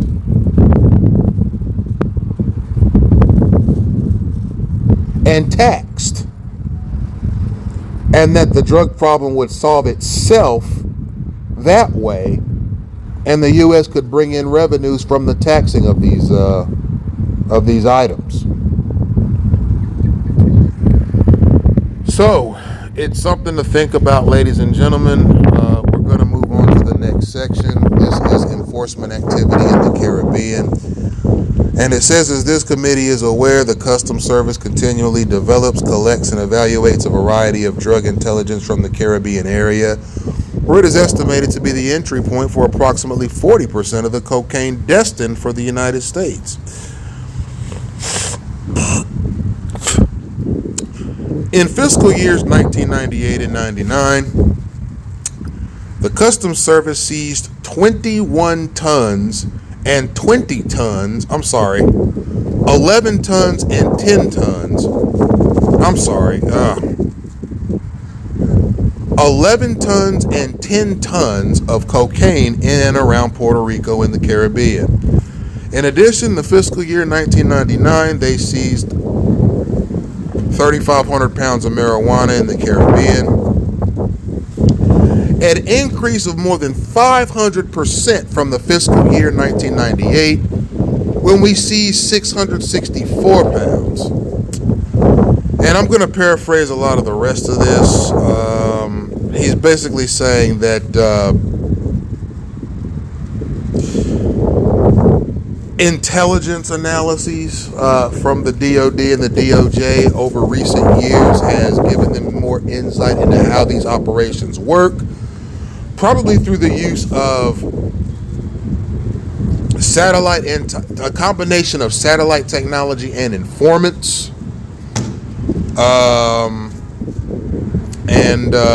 He goes and talks about the kinds of boats that are used, and that these destinations include Haiti, the Dominican Republic, Puerto Rico, and the Bahamas.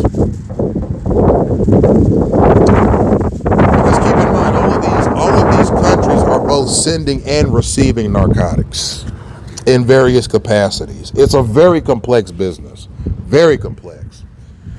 But we're seeing that counter efforts, particularly counter efforts to intercept boats and aircrafts carrying shipments are intercepted. That is a big concern. So we're moving on to page 113. This is Drug Trafficking Trends Cuba.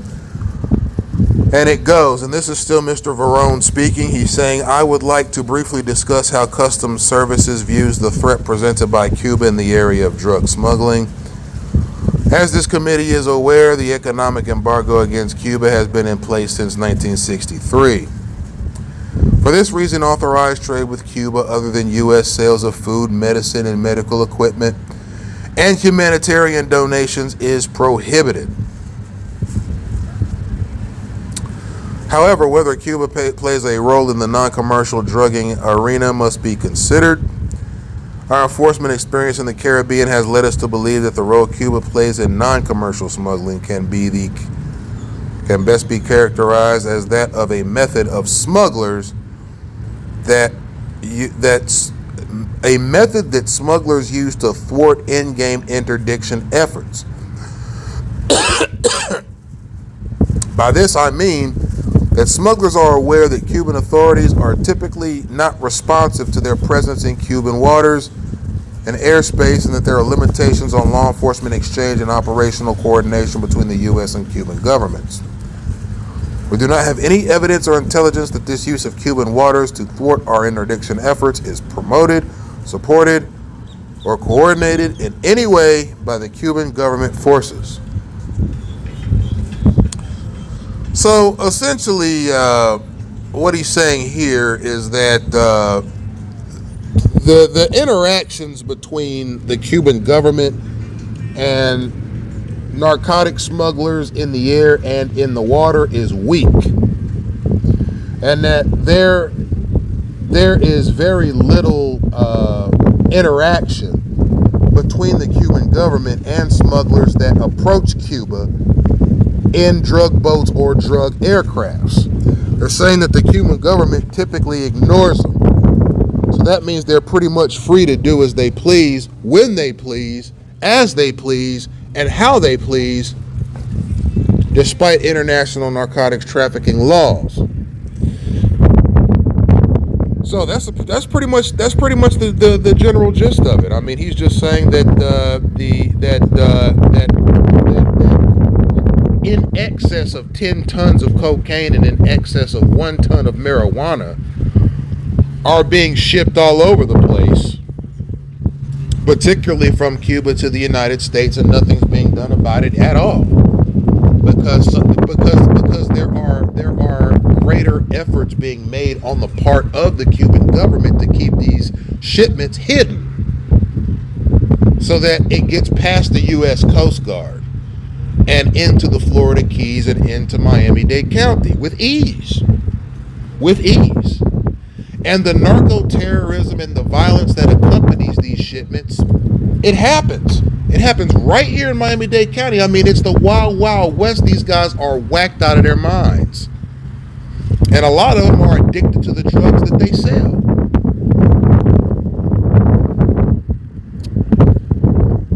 So we are going to move down to the section that says intelligence on Cuba.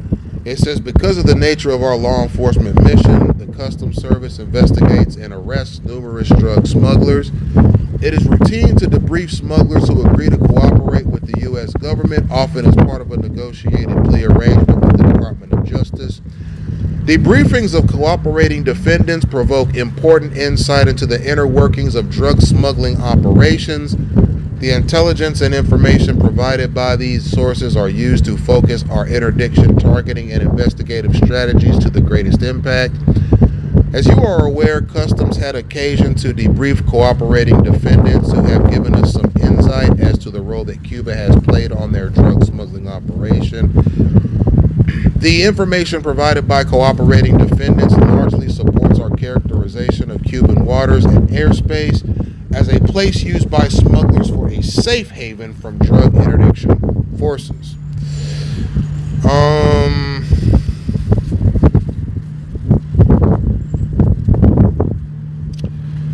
Okay, so it's using very vague terminology here. It's using words like smuggler, right? It's not saying where the shipments are coming from. Typically, it's Nicaragua, Bolivia, and Colombia. They're cultivated and packaged there. They're shipped by the government to those countries to Cuba. Cuba brings the shipments in and readies them for reshipment out to the U.S. for sale on the open market.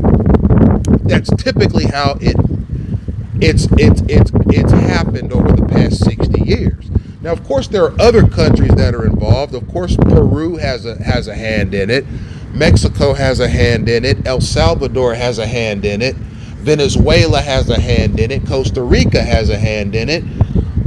Dominicana and Puerto Rico have a hand in it, but it's not as much of a role as Nicaragua, Bolivia, Colombia, and then Cuba, which ships it in. But what we've been seeing over the past 20 years is apparently we've seen basically routes that originate in Tijuana, Mexico, that are coming up through Texas and up through California and into the hands of, I guess you could call them underbosses, who give the materials to their workers who put it on the street. You see, so I mean, there's innovation. I mean, look, these narcotics operations, they pay people millions of dollars a year to come up with innovative ways to smuggle dope into the U.S. past customs and law enforcement easier. Okay, there are people whose whole career is finding ways to get dope past law enforcement into the country, into the hands of consumers. That is their job. That is their only job, is to sit down at a table and come up with ways to smuggle dope into the U.S. past customs, past the U.S. Coast Guard, and past local law enforcement. And you don't even have to be Spanish speaking. They need people of all ethnicities involved in their narco-terrorist dope smuggling. You can be English speaking. You can be Creole or French speaking. You can be Spanish speaking. You can be a speaker of a Slavic language. You can be a speaker of a lot of different languages. The narco-terrorism is originating in Spanish-speaking countries, and it's making its way into the United States with the help of non-Spanish-speaking people. You see? So the language barrier is destroyed, and the narco-terrorism and the illicit sale of narcotics like cocaine and heroin is more easily facilitated into the U.S. when you have people of multiple demographics and nationalities collaborating in creative ways to get the drugs past customs and immigration's enforcement and into the hands of the American people who are purchasing the cocaine at $2,000 an ounce. Ladies and gentlemen, and it sustains the governments of Cuba, it sustains the governments of Nicaragua, Bolivia, and Colombia. And it's a situation where, there's not enough that can be done. I mean, it's a situation where how do you stop people from buying popcorn? How do you stop people from drinking chocolate milk? How do you stop people from enjoying their favorite cereal? There are just some products on the market that will forever be popular. Unfortunately, cocaine, heroin, and methaqualone tablets are one of those products. And they certainly have found their way into the hands of a lot of U.S. citizens over the past 60 years, thanks to the efforts of the Cuban government. It's like I always say, ladies and gentlemen, Fidel Castro was a man with a dream. And using his narco-terrorist network that included Colombia, Bolivia, Nicaragua, and his friends in the East, that cocaine fantasy of Fidel Castro's became a cocaine reality. All right.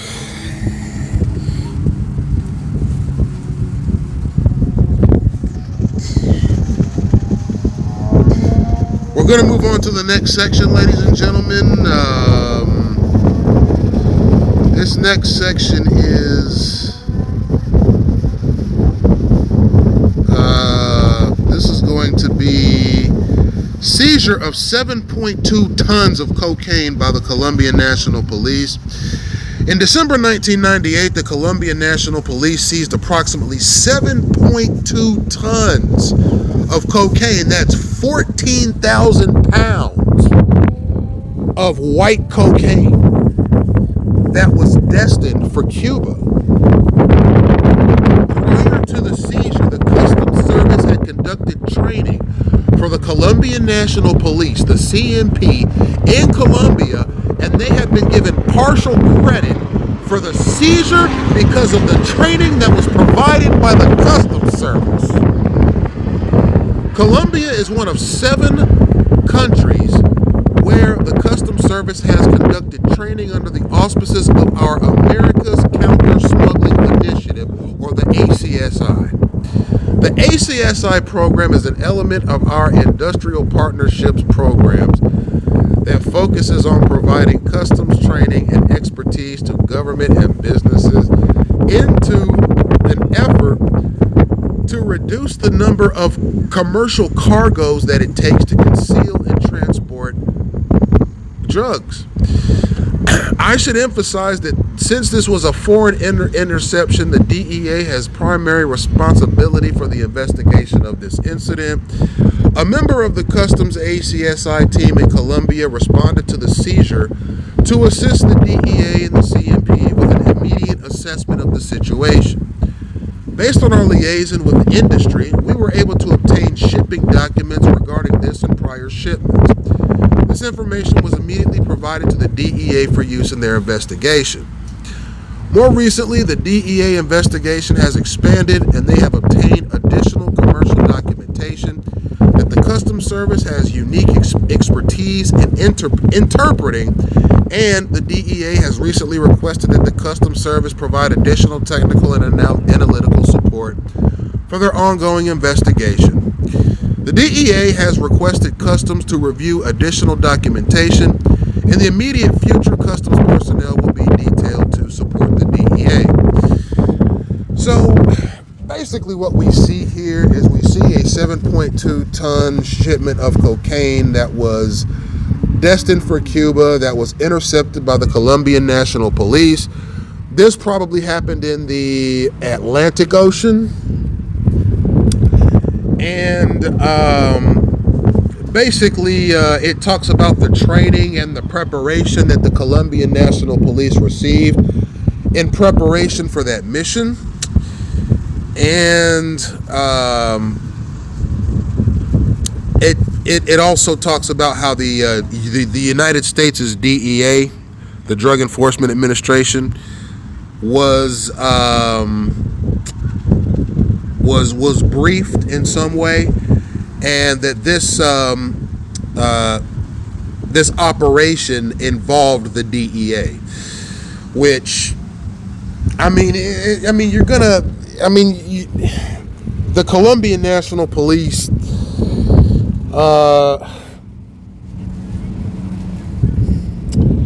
ladies and gentlemen, I'm inclined to believe myself that this entire operation was the DEA, and that they sort of maybe threw some credit to the Colombian National Police for this. This was a DEA operation. Okay, I don't believe for a second that the Colombian National Police put that operation together and seized 7.2 tons of cocaine in the water that was headed for Cuba. I just don't see it. Okay, Colombia for at least 75 years now has been one of the world's foremost suppliers of cocaine. So for me, I'm just not totally convinced. And mind you, ladies and gentlemen, I'm not a man that reads documents, news articles, and other such materials on their faces and for the face value of it, and take everything that's communicated to me through these documents on their face. Okay, you got to look beneath the surface on matters like this. So when you take a Spanish-speaking country like Colombia, which has always been the world's foremost supplier of cocaine, anywhere in the world that needs cocaine, they're going to get it from Colombia, Bolivia, and Nicaragua, but especially Colombia.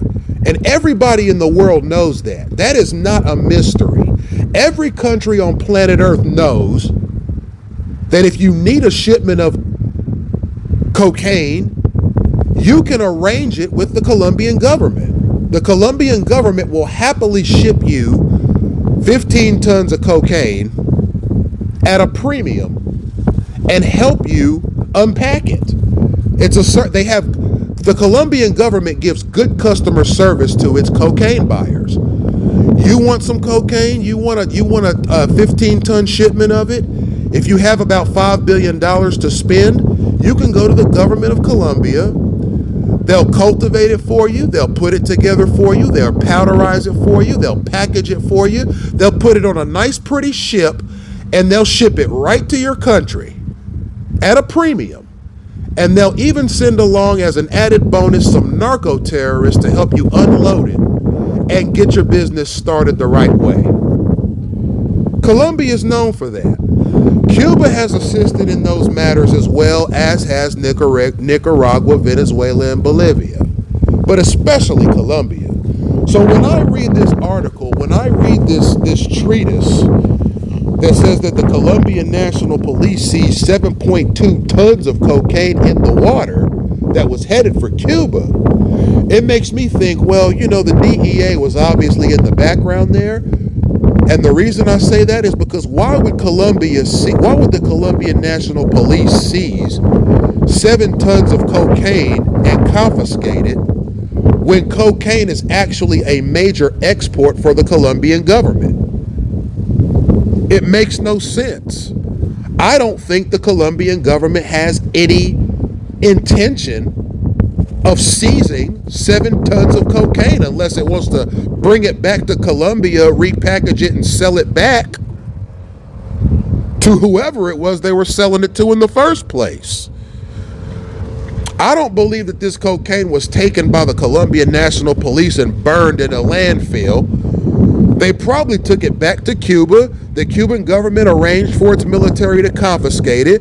Then the military probably sent it back to some narco terrorists somewhere in Colombia who repackaged it. And this time they put it on airplanes and sent it to Cuba.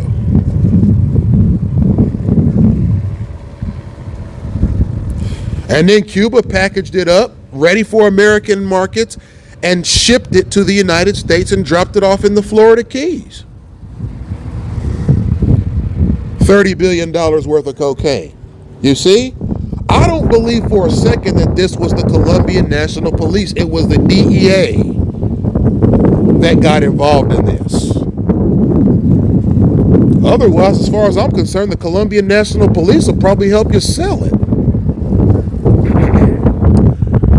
But I digress, ladies and gentlemen. We're going to move on to the final part that I'm going to be reading. We are going to read Caribbean initiatives.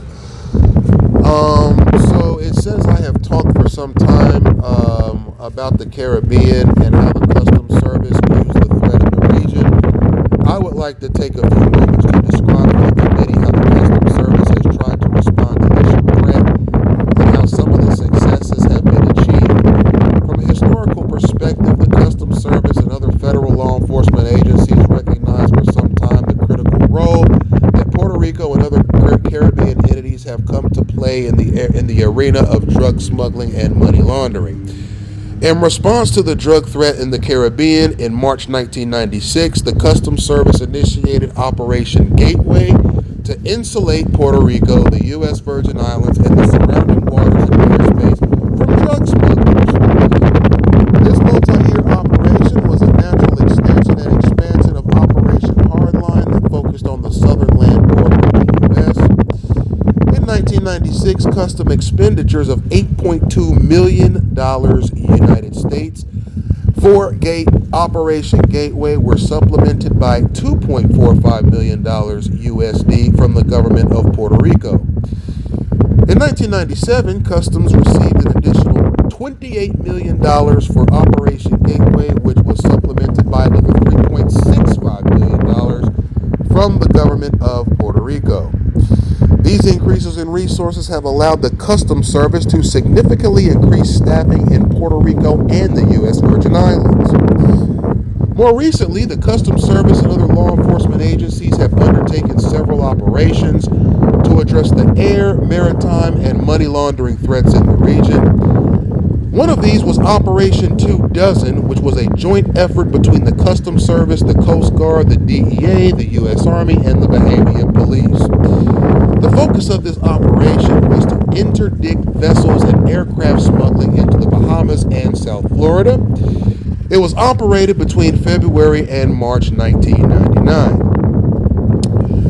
During the 4 phases of this operation, interdiction patrols were conducted for a total of 13 days. These patrols resulted in the seizure of 2,000 pounds of cocaine, 850 pounds of marijuana, the seizure of 3 vessels, 1 aircraft, and the arrest of 40 individuals, including 29 illegal aliens.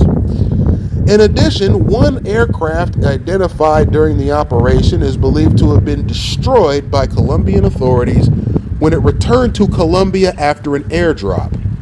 In one recent maritime smuggling example, which occurred on March 26, 1999, a vessel attempted to elude customs agents by colliding with a customs vessel.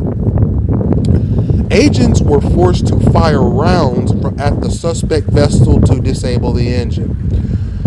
When the 5 crew members were arrested, they were all wearing face masks and bulletproof vests. No weapons were recovered.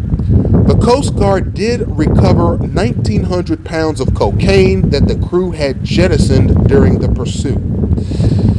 Customs Service law enforcement efforts directed at Haitian drug smuggling operations have also focused on the movement of illicit currency back to Haiti since September 1999. The Customs Service has seized $987,165 in suspected drug proceeds that were destined for Haiti. In response to the emerging threats from Haiti that I discussed earlier, the Customs Service has led a multi-agency enforcement operation called Operation River Sweep, which focuses on Haitian coastal freighters that attempt to smuggle drugs, principally cocaine, into the United States. This effort involves the Customs Service, the U.S. Coast Guard, U.S. Immigration and Nationalization Services, the U.S. Border Patrol, Metro-Dade Police, Miami Police, drug enforcement agencies, Federal Bureau of Investigation, the Florida Department of Law Enforcement, and the Department of Environmental Resource Management.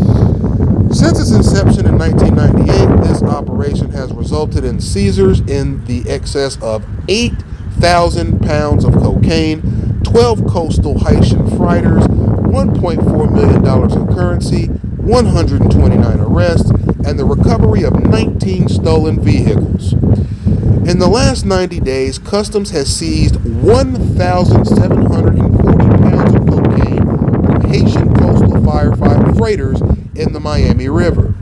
The preferred method of concealment for the smuggled cocaine has been inside concealed compartments within the structure of the vessel.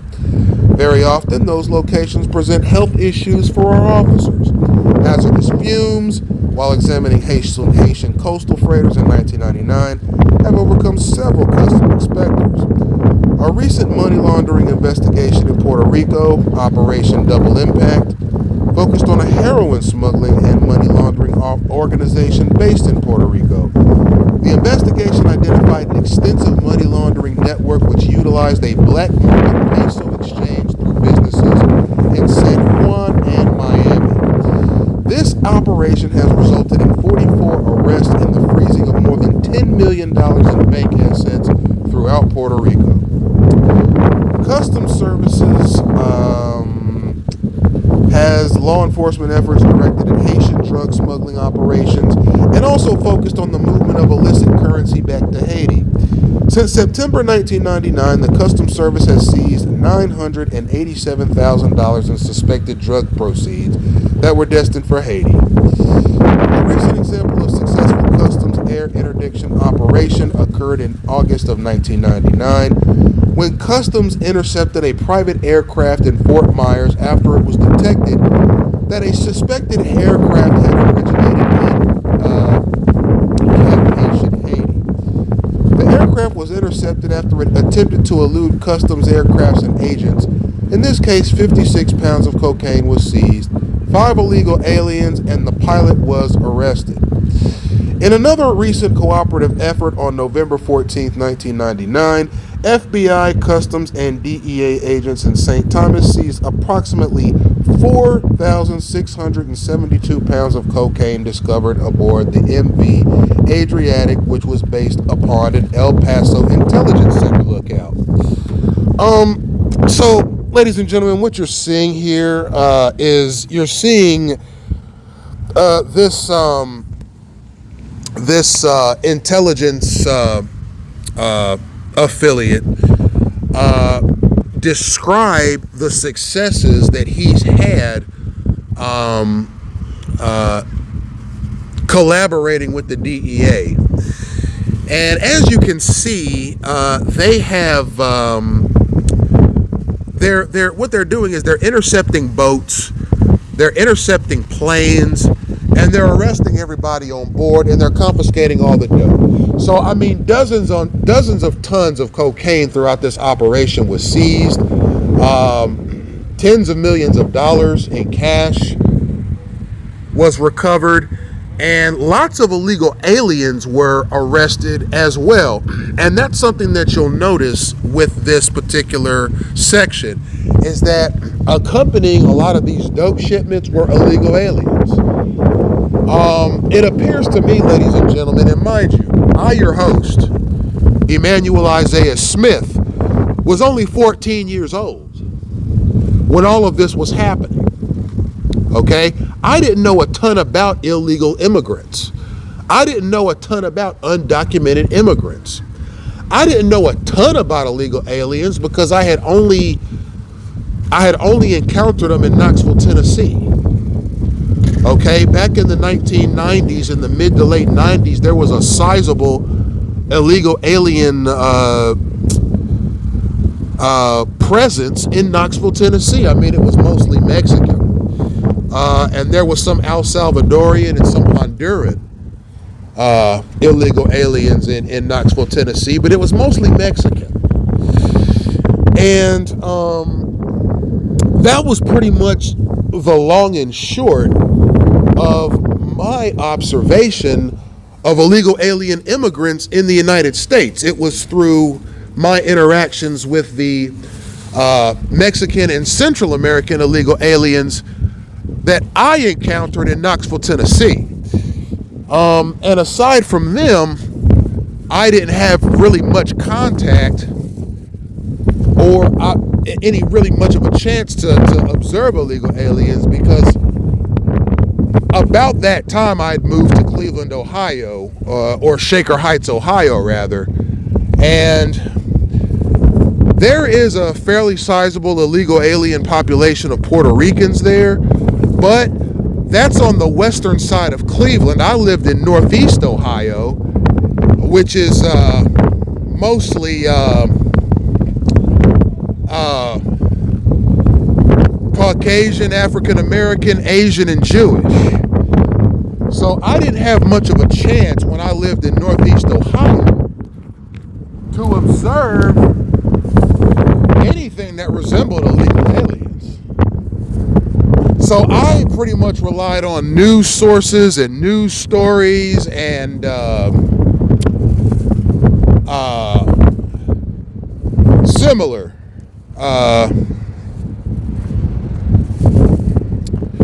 similar types of communication for my information on illegal aliens that had crossed the border into the United States. But as you can see, according to this narcotics investigator who works with intelligence sources in the U.S., illegal aliens are a huge part of the dope smuggling trade.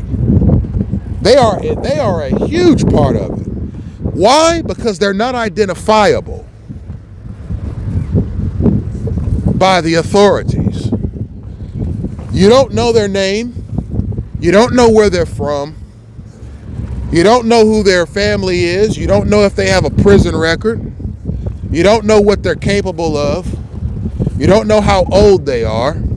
You don't know their employment history. You don't know anything about them.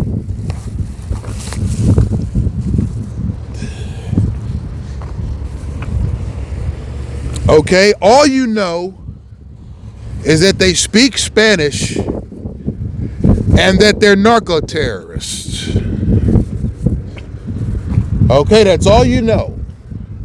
You don't know anything else about them. So it's hard to prosecute them. But you can detain them and you can deport them. And that's what the DEA was doing with this operation here. Now here's what we're going to do. We're going to read the summary that's provided here, and we're going to close the lecture. It says, I would like to thank, and this is still the same intelligence officer, I would like to thank the committee for the opportunity to provide the Customs Service perspectives on this important issue. He says, I have tried to present you a snapshot of the operational environment in which our frontline employees engage in every day. We always remain proud of the experience, expertise, and accomplishment of our dedicated officers who make many sacrifices and frequently place themselves in harm's way on behalf of the citizens of the United States.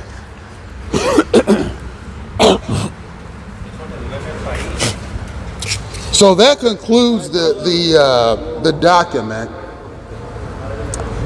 and I'm walking through a tunnel right now, so you're going to hear a bit of an echo in my voice, but that concludes the matter. He's just basically saying that he's proud of the officers that he had working with him on these narcotics investigations and these interceptions and these dope seizures, these dope plane and dope boat seizures that he had the opportunity to be a part of. And he's basically saying, hey, this is pretty much what I do this job for. I do it for the opportunity to participate in operations with these fine men and women. That's what he's saying. So, and you'll have to excuse the spittle, ladies and gentlemen. I'm getting over some sort of a flu-like deal. But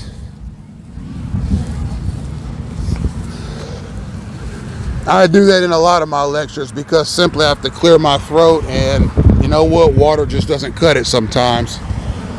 When you do this much talking, as often as I do, and as frequently as I do, sometimes you just have to clear your throat the old-fashioned way, ladies and gentlemen. So thank you for watching. And ultimately, I'll keep you informed on new developments that are underway here in Miami-Dade County concerning the narco-terrorist operations that are obviously here, where they originate, why they exist, and under what circumstances they exist. Thank you for listening.